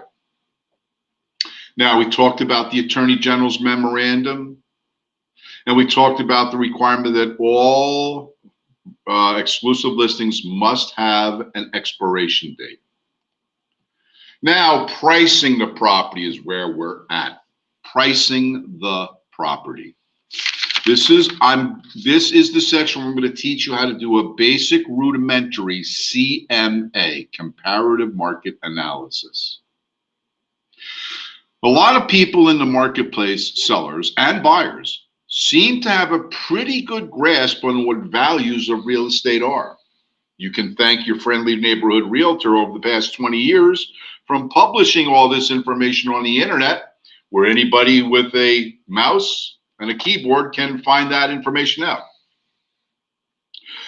But there still are a good number of people who want to price property that's not quite exactly where they should be. So understand, guys, when I'm pricing property, I'm looking at the property as how it should be sold, who the person is that's probably going to buy it. What does the information tell me about comparable properties in the neighborhoods? What kind of supply is there on money right now? And what's the availability of funds, et cetera, et cetera? I'm looking at many, many, many different market segments. So I need to understand what's going on in the market. I need to know my neighborhood market itself to understand pricing. And all real estate values are local. Let me repeat what I just said. All real estate values are local to the specific town and sometimes the specific neighborhood. Now, many folks have been told since they were firstborns that the most important thing about real estate is its location, location, location, and that still today is true. Just because a house sells for $350,000 in Bismarck, North Dakota, doesn't mean that that house's value is the same here in Hackensack, New Jersey. I've traveled a bit, and I have friends that travel a bit. I have friends located throughout the country and the world. And every once in a while when I go to visit, I always pick up the local real estate rag, paper, pamphlet, booklet, whatever you want to call it. Everybody's got them. Because I'm interested to find out what a certain dollar limit buys you in the area. In Plano, Texas, you can buy a brand new brick colonial with 4 bedrooms, 2.5 bath, 2-car attached garage, acre property, full finished basement for about $295,000. To buy that house here in Allendale, New Jersey, costs you about $1.5 million. Why is there such a big difference? Because of location. I'll even stretch this further. You want to buy a house in Franklin Lakes, New Jersey. Oh, then you're going to pay a little more, right? Well, it depends on the neighborhood. In the Franklin Lakes, there are different gates or neighborhoods. They're different gates, they call them. Gates. If you live in this gate, well, you're your average millionaire. If you live in that gate, whoa, then you're the nouveau riche. You just struck it big in the tech firms or something. Then there's the other gate where the old money lives. You know who I'm talking about, right? Those houses of $7, $8, $10 million values. But the section, that other gate, that's where people who can afford $300,000 to $400,000 houses live. So it may determine not just the town you're in, but the exact neighborhood you're in to find out what the local flavor of the pricing is. And buyers know why that occurs. If you want to buy a house in Ridgewood, New Jersey, Well, it depends on where in Ridgewood you would want to buy. If it's up on the hill, ooh, then you're going to spend more. But if you buy in the valley, then you're going to buy the same house for a lot less money. So specific locations are very important, understanding what pricing is in a certain area. And you're going to have to learn this about the various towns you work in. So just a quick note here, sellers determine listing prices with the advice of a real estate broker or salesperson. If you let sellers determine their own prices, there's quite a few properties that would never sell. The reason I say that is because a lot of sellers think that they can ask any price and get it. Well, they can't. They think just because the market's pretty good right now, they can just go out in the market at any price and it will sell for that price or more. And that's not true. Who sets pricing in a marketplace? Well, if you are a free market economist, someone who believes in capitalism, then the buyers typically set prices, not sellers, not real estate brokers. It's the buyers who set prices. If a buyer thinks it's not worth it, they won't buy it. Therefore, the price would have to come down until it gets into a region where the buyer is comfortable in purchasing that. In retail, if you've ever worked retail, if an item doesn't sell, there's a reason for that. So what does the manager do? BOGO, twofer. Get one, buy one, get one free. Two for the price of one. Cut the price, it sells. Why? Because the consumers rejected the higher price you were asking and wouldn't pay it. But when the price was right, they would pay it. So there's an old saying, my friends, I was taught this by my pop a long time ago. The right price overcomes any objection. The right price overcomes any objection. I had a listing in Mahwah, New Jersey, quite a while ago. The house was located, it was a beautiful, brand new 4-bedroom, 2.5 bath colonial. 2-car attached garage, nice half-acre property. However, if it was in a residential neighborhood of similar homes, that home would probably sell at that time somewhere between $400,000 and $450,000. But the house wasn't in that area. The house was sitting next to a very active commuter railroad. So whatever price that the previous listers, the listing agents put on that house obviously was too high because buyers rejected the listings for a year.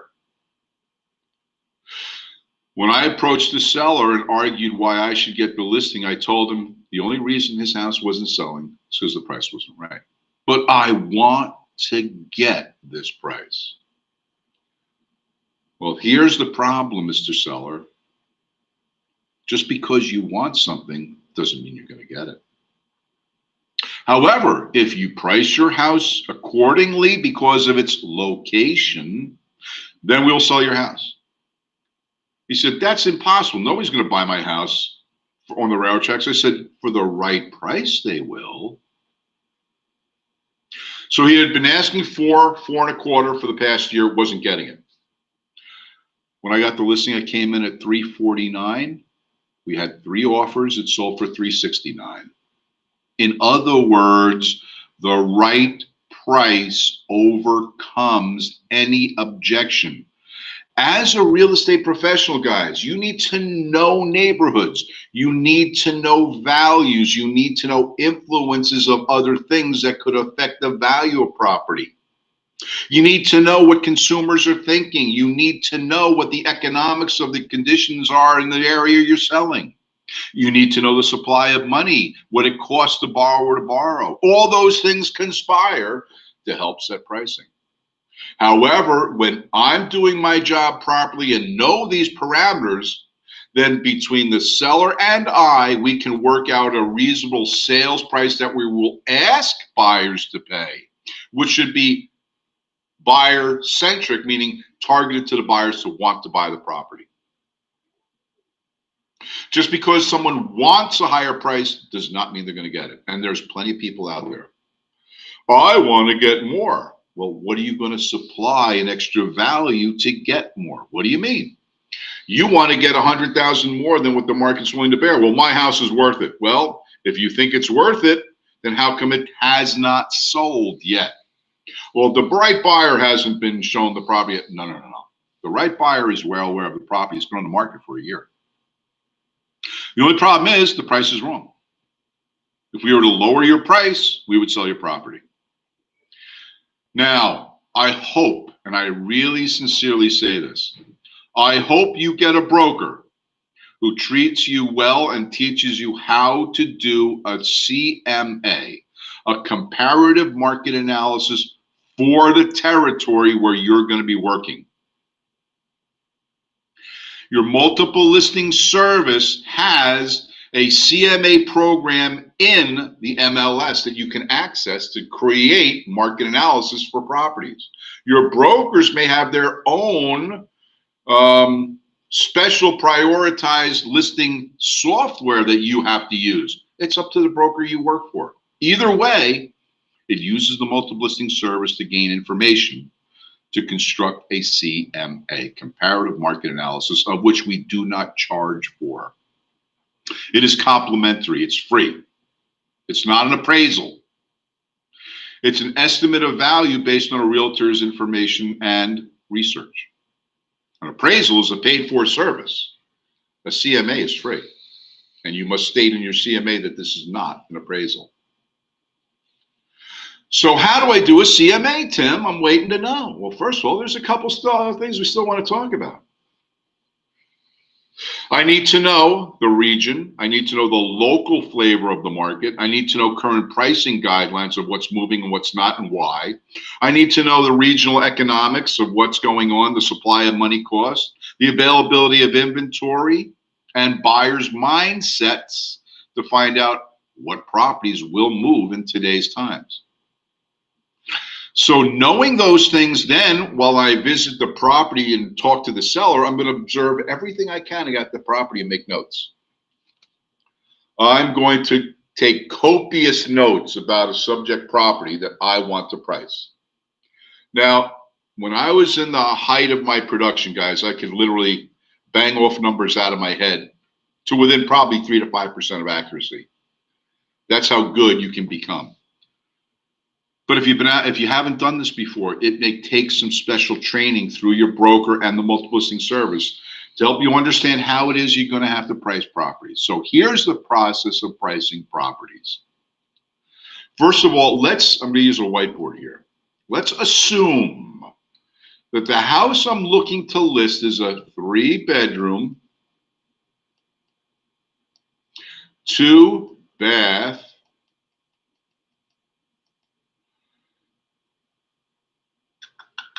side hall colonial. It's a type of colonial architecture. It has a half-acre property.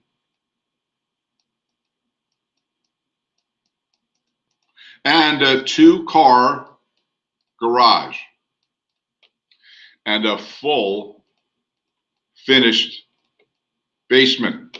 And it's in moderate condition.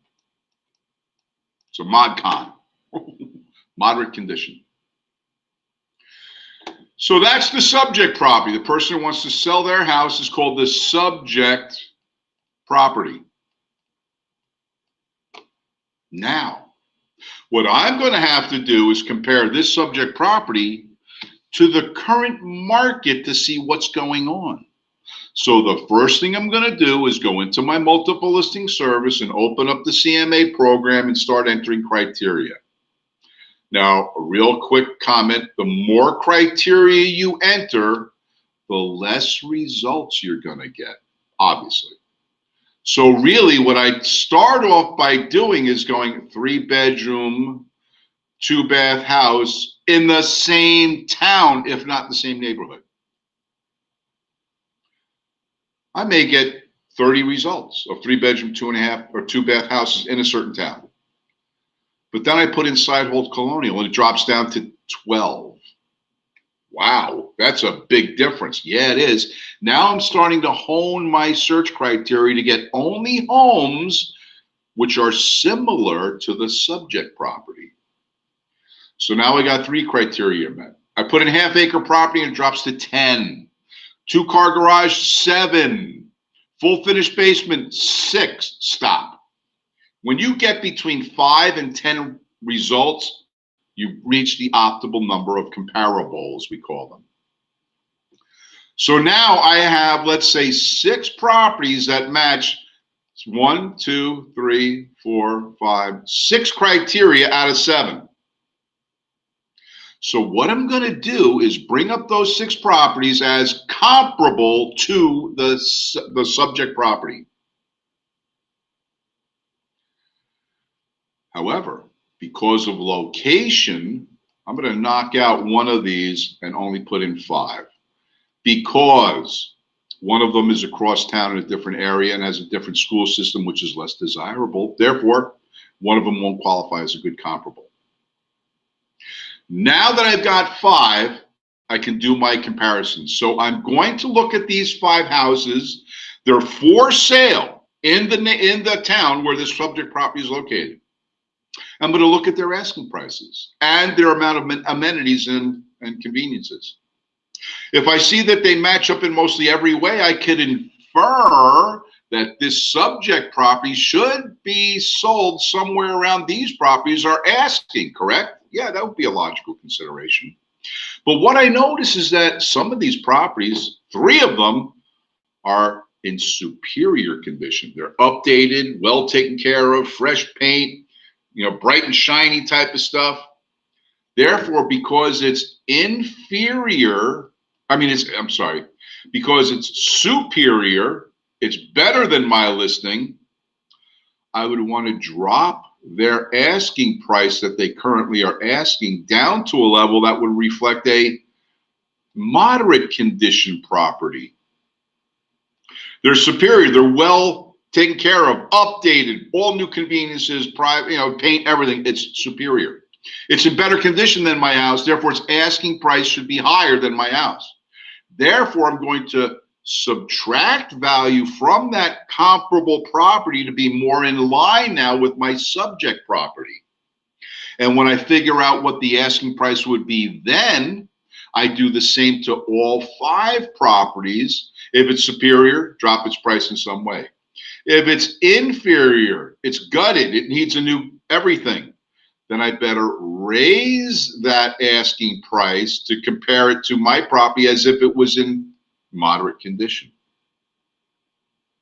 Then when I have all my results and adjust prices of the comparable properties, I can infer an asking price for the subject property.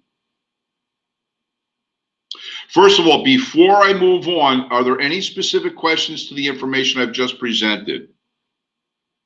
Please don't ask me about other stuff yet. I will get to it most likely, but just ask about anything I have presented.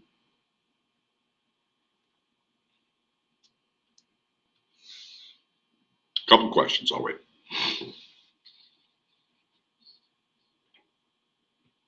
Or not.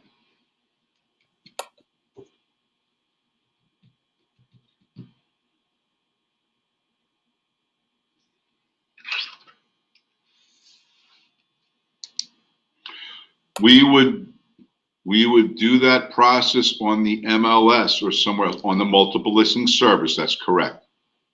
So CMA is only available under the MLS, correct? I did not state that, Rachel. If you want to infer that, that's your business, but I did not state that. Do you need a license to use an MLS? Yeah, you can't access an MLS unless you're licensed with a broker and pay your membership. The properties that you are comparing to the subject property, are those for sale? Yes, that's what I said. These are for sale property in the same town that we're comparing. Or just the value of them? No, it's the ones that are currently for sale. The property, okay. Anybody else with a question before I move on?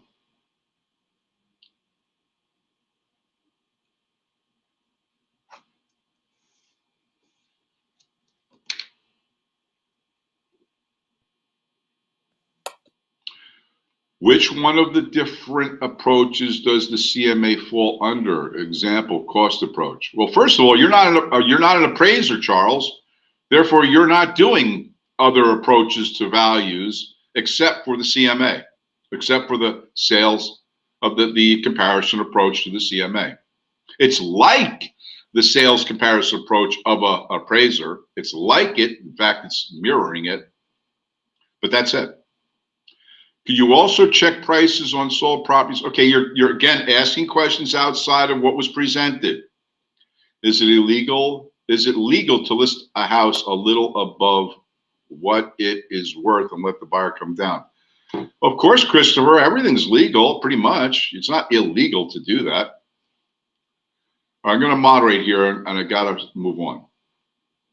So the first thing I do after inspecting the property is run a CMA to find out what other houses for sale in town that match the criteria of the subject property, to compare them to this property, adjust their prices to be more in line with my property, to come up with, Mr. Seller, this is what we should look at for an asking price when the house goes to market. That's the first search I do. So on the whiteboard, I did a search of active listings for sale property and compared them and adjusted them to the subject property's condition and gave a valuation to the seller. Then I do the same search for recently sold properties. And I'm going to use the same type of search criteria, except I'm going to look for sold properties that match the description of the subject property and cull those results down to a manageable few, and then adjust those prices so that they match the condition of the subject property. That way, between the current active asking prices we'll go to market at, we can see what these houses typically sell for in neighborhood that match your properties. Now, the sold properties, I'm not going to go further back in time than 6 months, because 6 months will give me the most precise, accurate, recent data of sold prices for houses like this. If I go a year ago, it could be completely different. If I go a year in the future from now, it could be completely different. So I always use a 6-month window to go backwards in time to look at sold properties, no further. So I'm going to do 2 searches, one for active properties currently listed and for sale on the market in this town, and recent sold properties that have sold on the market in this town in the last 6 months. So I do 2 searches. I'm actually going to do another search for expired listings that didn't sell, that are just like the subject property. And there are good numbers of expired listings usually in the market. Why? Well, first of all, by comparing these expired listings, I'm not just going to look at condition and amenities. I'm going to look at days on market as an indicator. And on these listings, these expired listings, I'm going to see numbers like 120 days, 376 days on market, 200 days, 536 days. In other words, they were on the market a very long time. Why? Price was too high. Therefore, they expired and did not sell because they were asking too much money. They expired. I'm going to adjust those prices as they should line up with the subject property and show them this is why, if they priced their property according to yours, the property were the prices we're going to go on the market with, they would have sold, but they didn't. So I'm going to do all 3 searches, all 3 criteria, active, sold, and expired listings, to come up with comparables, adjusting them to match the subject property, to come up with a suggested listing price and a projected sales price for that seller. And I became so good, guys, I could do this blindfolded and come usually within 2 to 3% of the actual selling price. If you work hard, study your markets well, you should be able to do that too. So when I get all this data, I compile it into a report called the comparative market analysis. And then I ask the seller to meet with them, and we'll sit down and they'll say, okay, so what my house is worth. And I'll show them. Your house is comparable to these several active listings on the market today. However, here's where the difference is. Some of these houses have updated amenities, et cetera, and that's why we had to bring their prices down a little bit to match the condition of your house. So therefore, those houses, if they were like yours, would charge less. Whoo, just made it, excuse me. Would charge less money for those properties and then sell them. However, you can see that when properties do sell, these are the resulting prices that people are willing to pay for houses like yours in today's market. So if you want to go to the market and sell quickly, we got to price our house according to what the sold prices are telling us to sell. If you want to go to market and maybe be a slight amount higher than, like 2 to 3% higher, then we'll go in at the prices where other houses are listed at. But remember, since you're competing with those other houses, which house usually sells first? The one with the lower price. So we don't want to go in the market exactly where other properties are. We want to go in just a little lower. Or in 6 months from now, which column do you really want to be in? You want to still be in the for active or for sale column, in the active column? Or do you want to be in the sold column? Or would you rather be in the expired column where your house didn't sell? And they always say, oh, I want to be in the sold category. So this is where we need to price your house according to the CMA I presented to reflect the current market conditions, the current buyer attitudes and willingness to pay, so we can sell your house in a quick and efficient manner. But then I always hear someone say, but my house is the best house and should get more. I love that. I love that. I was doing a CMA presentation to a woman in Hasbrook Heights. Nice woman. And when I gave her the market analysis, she said, but my house should sell for at least $100,000 more than everybody else. I said, really? Can you tell me why you feel your house is worth $100,000 more than what I'm telling you it should be worth? She says, because I have the nicest house in the neighborhood. I said, can you explain what you mean by nicest? It has the most curb appeal. It has the biggest bay window and gives me the biggest view of the neighborhood, and people will pay a lot more money for that. Huh, interesting, man. Well, let me ask you a question. How much do you think that bay window costs to install in any house on this block? I don't know. Let's say on the top end, $10,000 for a really nice quality window. How is your house worth $100,000 more? Because it has better curb appeal. Well, let me ask you a question. How much would it cost for me to side your house or paint it or just the landscape and be in tune with what you think should be? Maybe $5,000 or $10,000, maybe $15,000. Where do you come up with $100,000? Well, it has the best memories. Well, wait a minute. Now you're putting sentimental value into the listing, and that doesn't fly. Because remember, you're not buying the house. Someone else is. They're not buying your view. They're buying their view. They're not buying your memories. They're going to buy a house to make memories in. So if we go to market higher than my suggestion, there's a good chance you will not sell. But we can always come down. Yes, we could. However, once we start too high and buyers don't come, when we start reducing, what do you think the buyer's mindset is when they see that happen? And I'm going to tell you, they say, oh, look, that price is dropping because there's obviously something wrong with that house.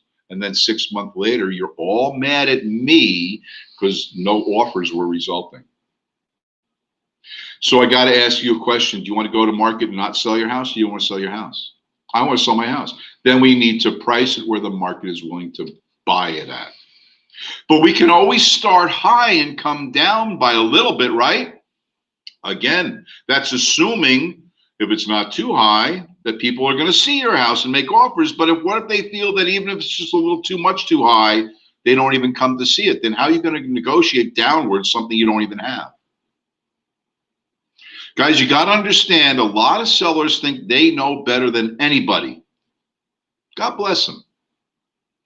The reality of the situation is, if you're going to be a good realtor, you do know much more than they do. In my personal view and my career, I never took an overpriced listing, ever. Because if I take an overpriced listing and it doesn't sell, I lose money. And I'm not in business to lose money. I'm in business to make money. So understand, Mr. Seller, I use comparable properties to yours in the same area as yours, with the same amount of amenities and conditions as yours. And then, if I have to, I'll adjust the comparables to be more in line with yours so we can see where their asking prices should be. I'm looking for sold houses that are like yours and adjust their prices to be in line with yours so we can project what your house should sell at. And I'm using the expires to show you why you shouldn't overprice. Because it goes too long on market, people lose interest, and they say something's wrong with it when the price starts to fall, and they never come back. So now, which column do you want to be? Active, sold, or expired? And they always say sold. So this is the price we want to go at. Would you agree? I want to go a little higher. Well, I might agree to maybe a $15,000 to $20,000 window, but not more than 40 or 50. That's for sure. I got to stay in the realm where people are realistic about buying. So that's, my friend, is how I'm going to approach a seller, with a value proposition based on my market analysis, using statistical and mathematical modeling from the multiple listing service. It's a scientific approach to value. It's not I feel it should be worth more. No, here's statistical evidence to prove why it is. So the seller and the broker combined together determine what the house asking price would be. The buyer, in his conversation with the seller in negotiating, will determine what the actual sales price will be. And in most markets, if they're doing the right job, realtors can expect the selling price to be somewhere within 4 or 5% of the asking price, if they're doing their job right. So, any questions about how a CMA is done and why? I know that this is in the book somewhere, but how often is the MLS updated for required to be updated? It's a live stream, guys. It's updated constantly. I believe every several minutes it's updated on a live stream.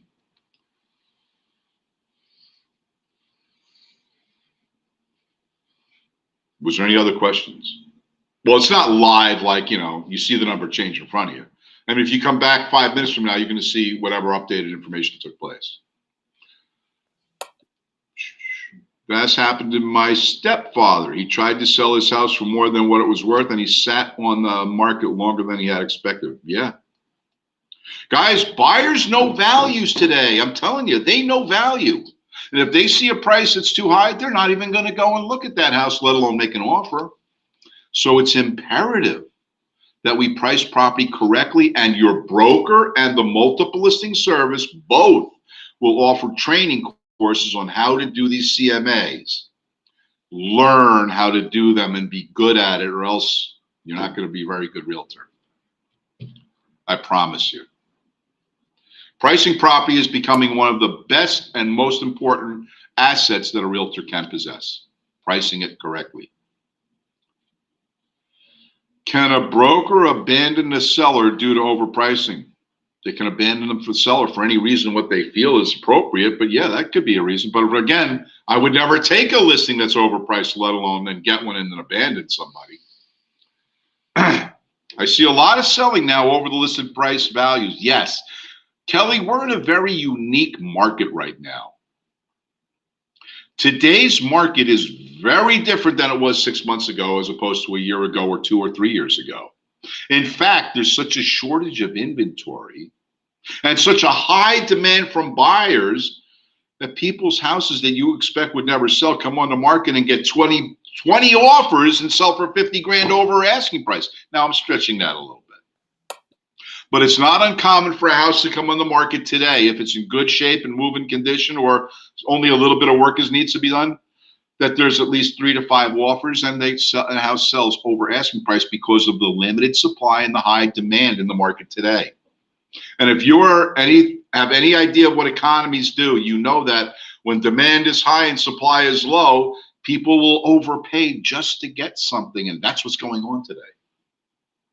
People are flocking out of Manhattan, Brooklyn, Queens, Bronx, and moving into New Jersey and buying up anything they can get their hands on. So if it's for sale, a good chance they'll buy it.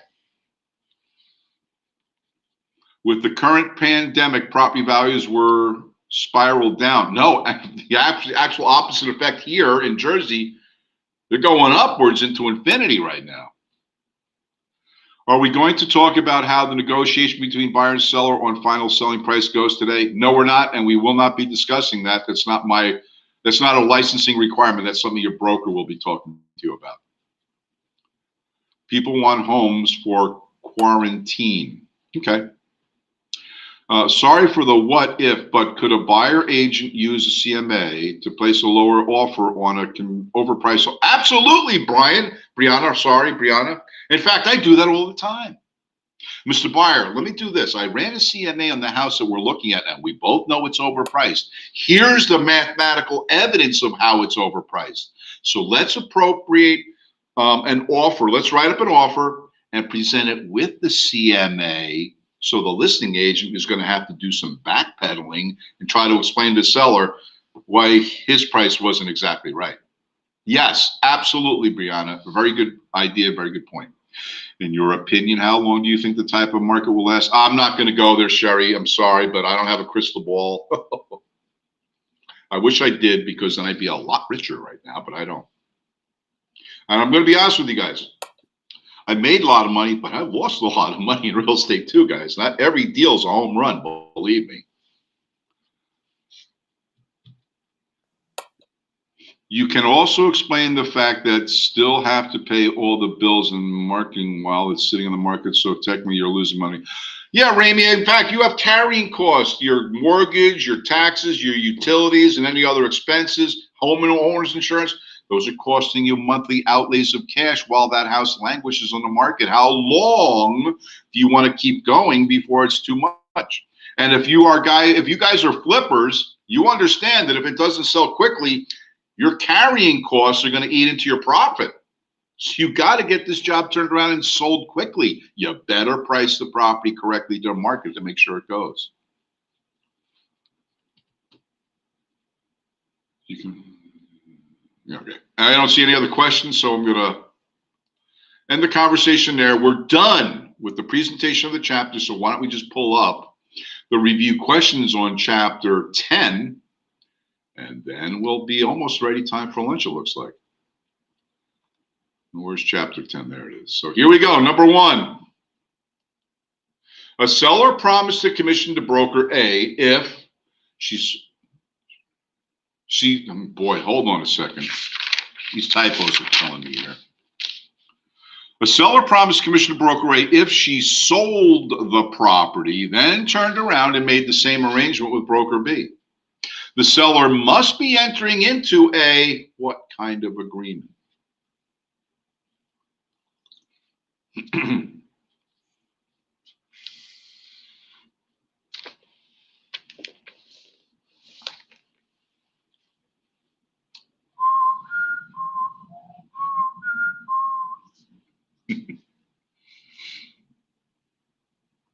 A seller promised commission to broker A if she sold the property, then turned around and made the same arrangement with broker B. The seller must be entering into a what?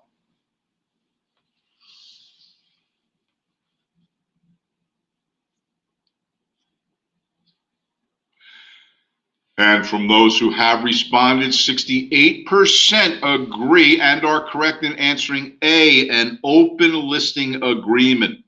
Open listing agreement. They can make that arrangement with every broker if they wanted. All right.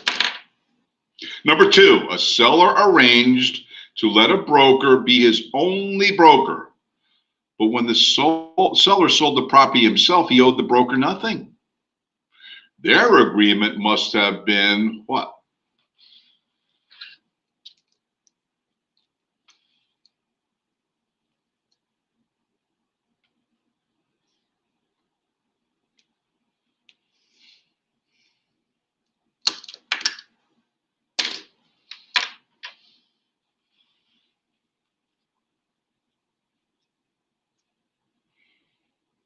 And from those who did respond, about 78% of you are correct answering B, an exclusive agency listing. Good job. Good job.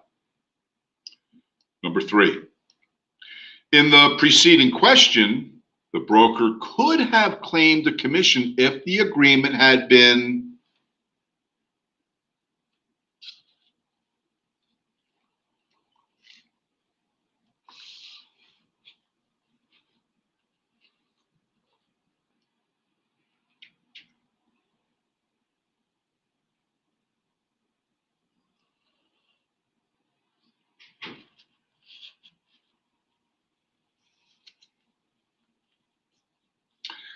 and there you go. 93% of you got it correct. C, an exclusive right to sell listing. Very good.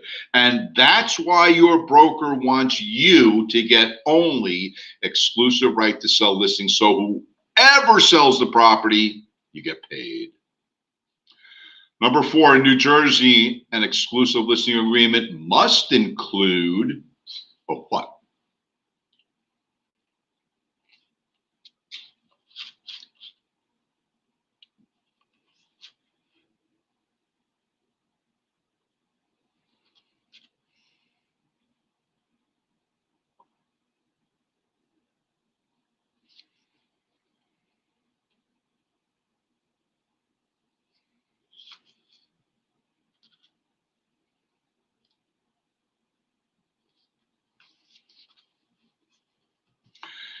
And from those who responded, 87% of you are correct answering B for boy, definite termination date.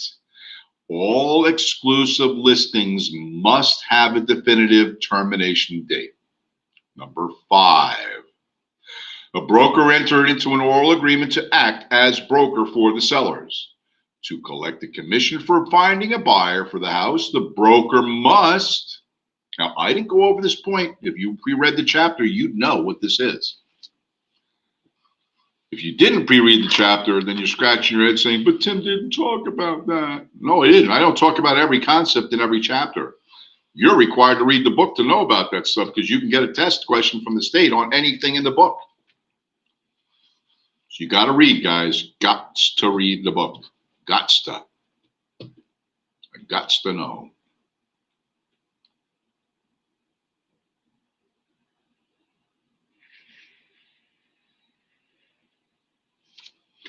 Awesomeness, guys. 83% of you obviously read the book and got it correct. A, deliver a written memorandum of the agreement to the seller, complete with all details within 5 days. You have to have a written agreement. Have to. Number 6, a salesperson is taking a listing for a home owned by a married couple. The salesperson should, we talked about this one Wednesday when we talked about ownership types. A salesperson is taking a listing for a home owned by a married couple. The salesperson should.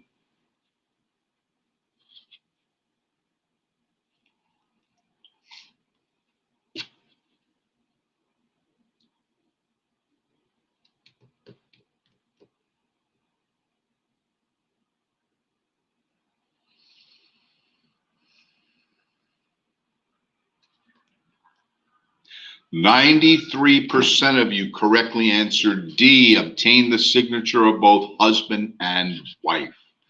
Yes, tenancy in the entirety demands that if the sale of the family home is being sold, then both husband and wife must sign the listing agreement and sales contract.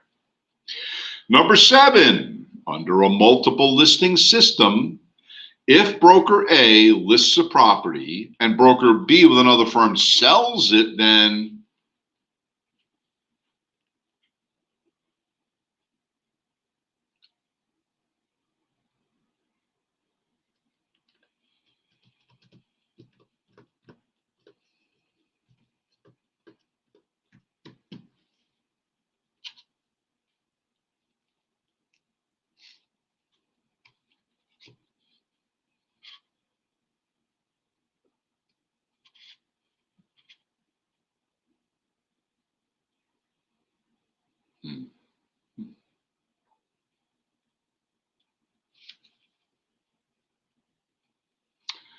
then 87% of you are correct, answering D for dog. The commission is shared between the two offices. Very good.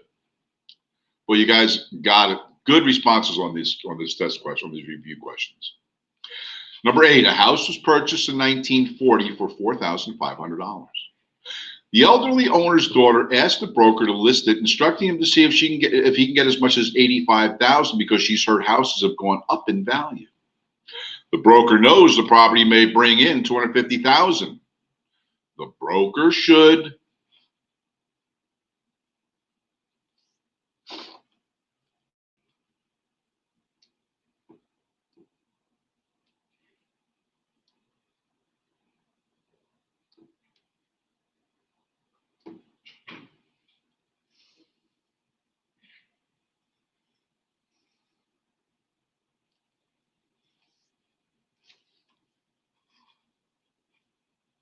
$95% of you got this one correct. D, tell the daughter that he believes the house is worth much more, and then list it and sell it for that much more. Absolutely.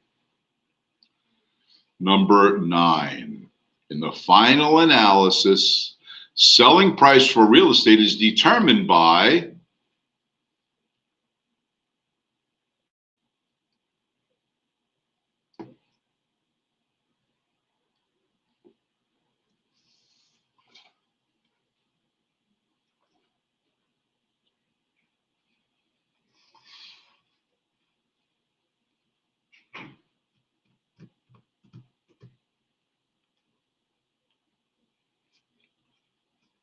the final analysis. Selling price for real estate is determined by,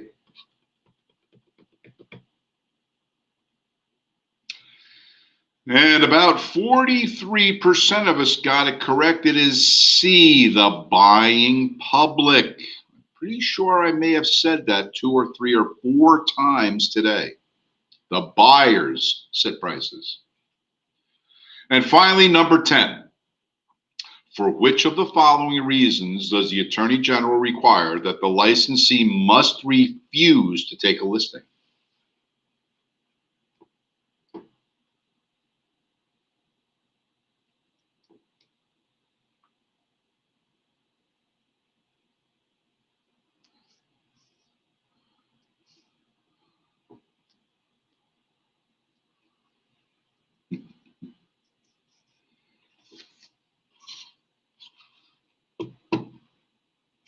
(94%)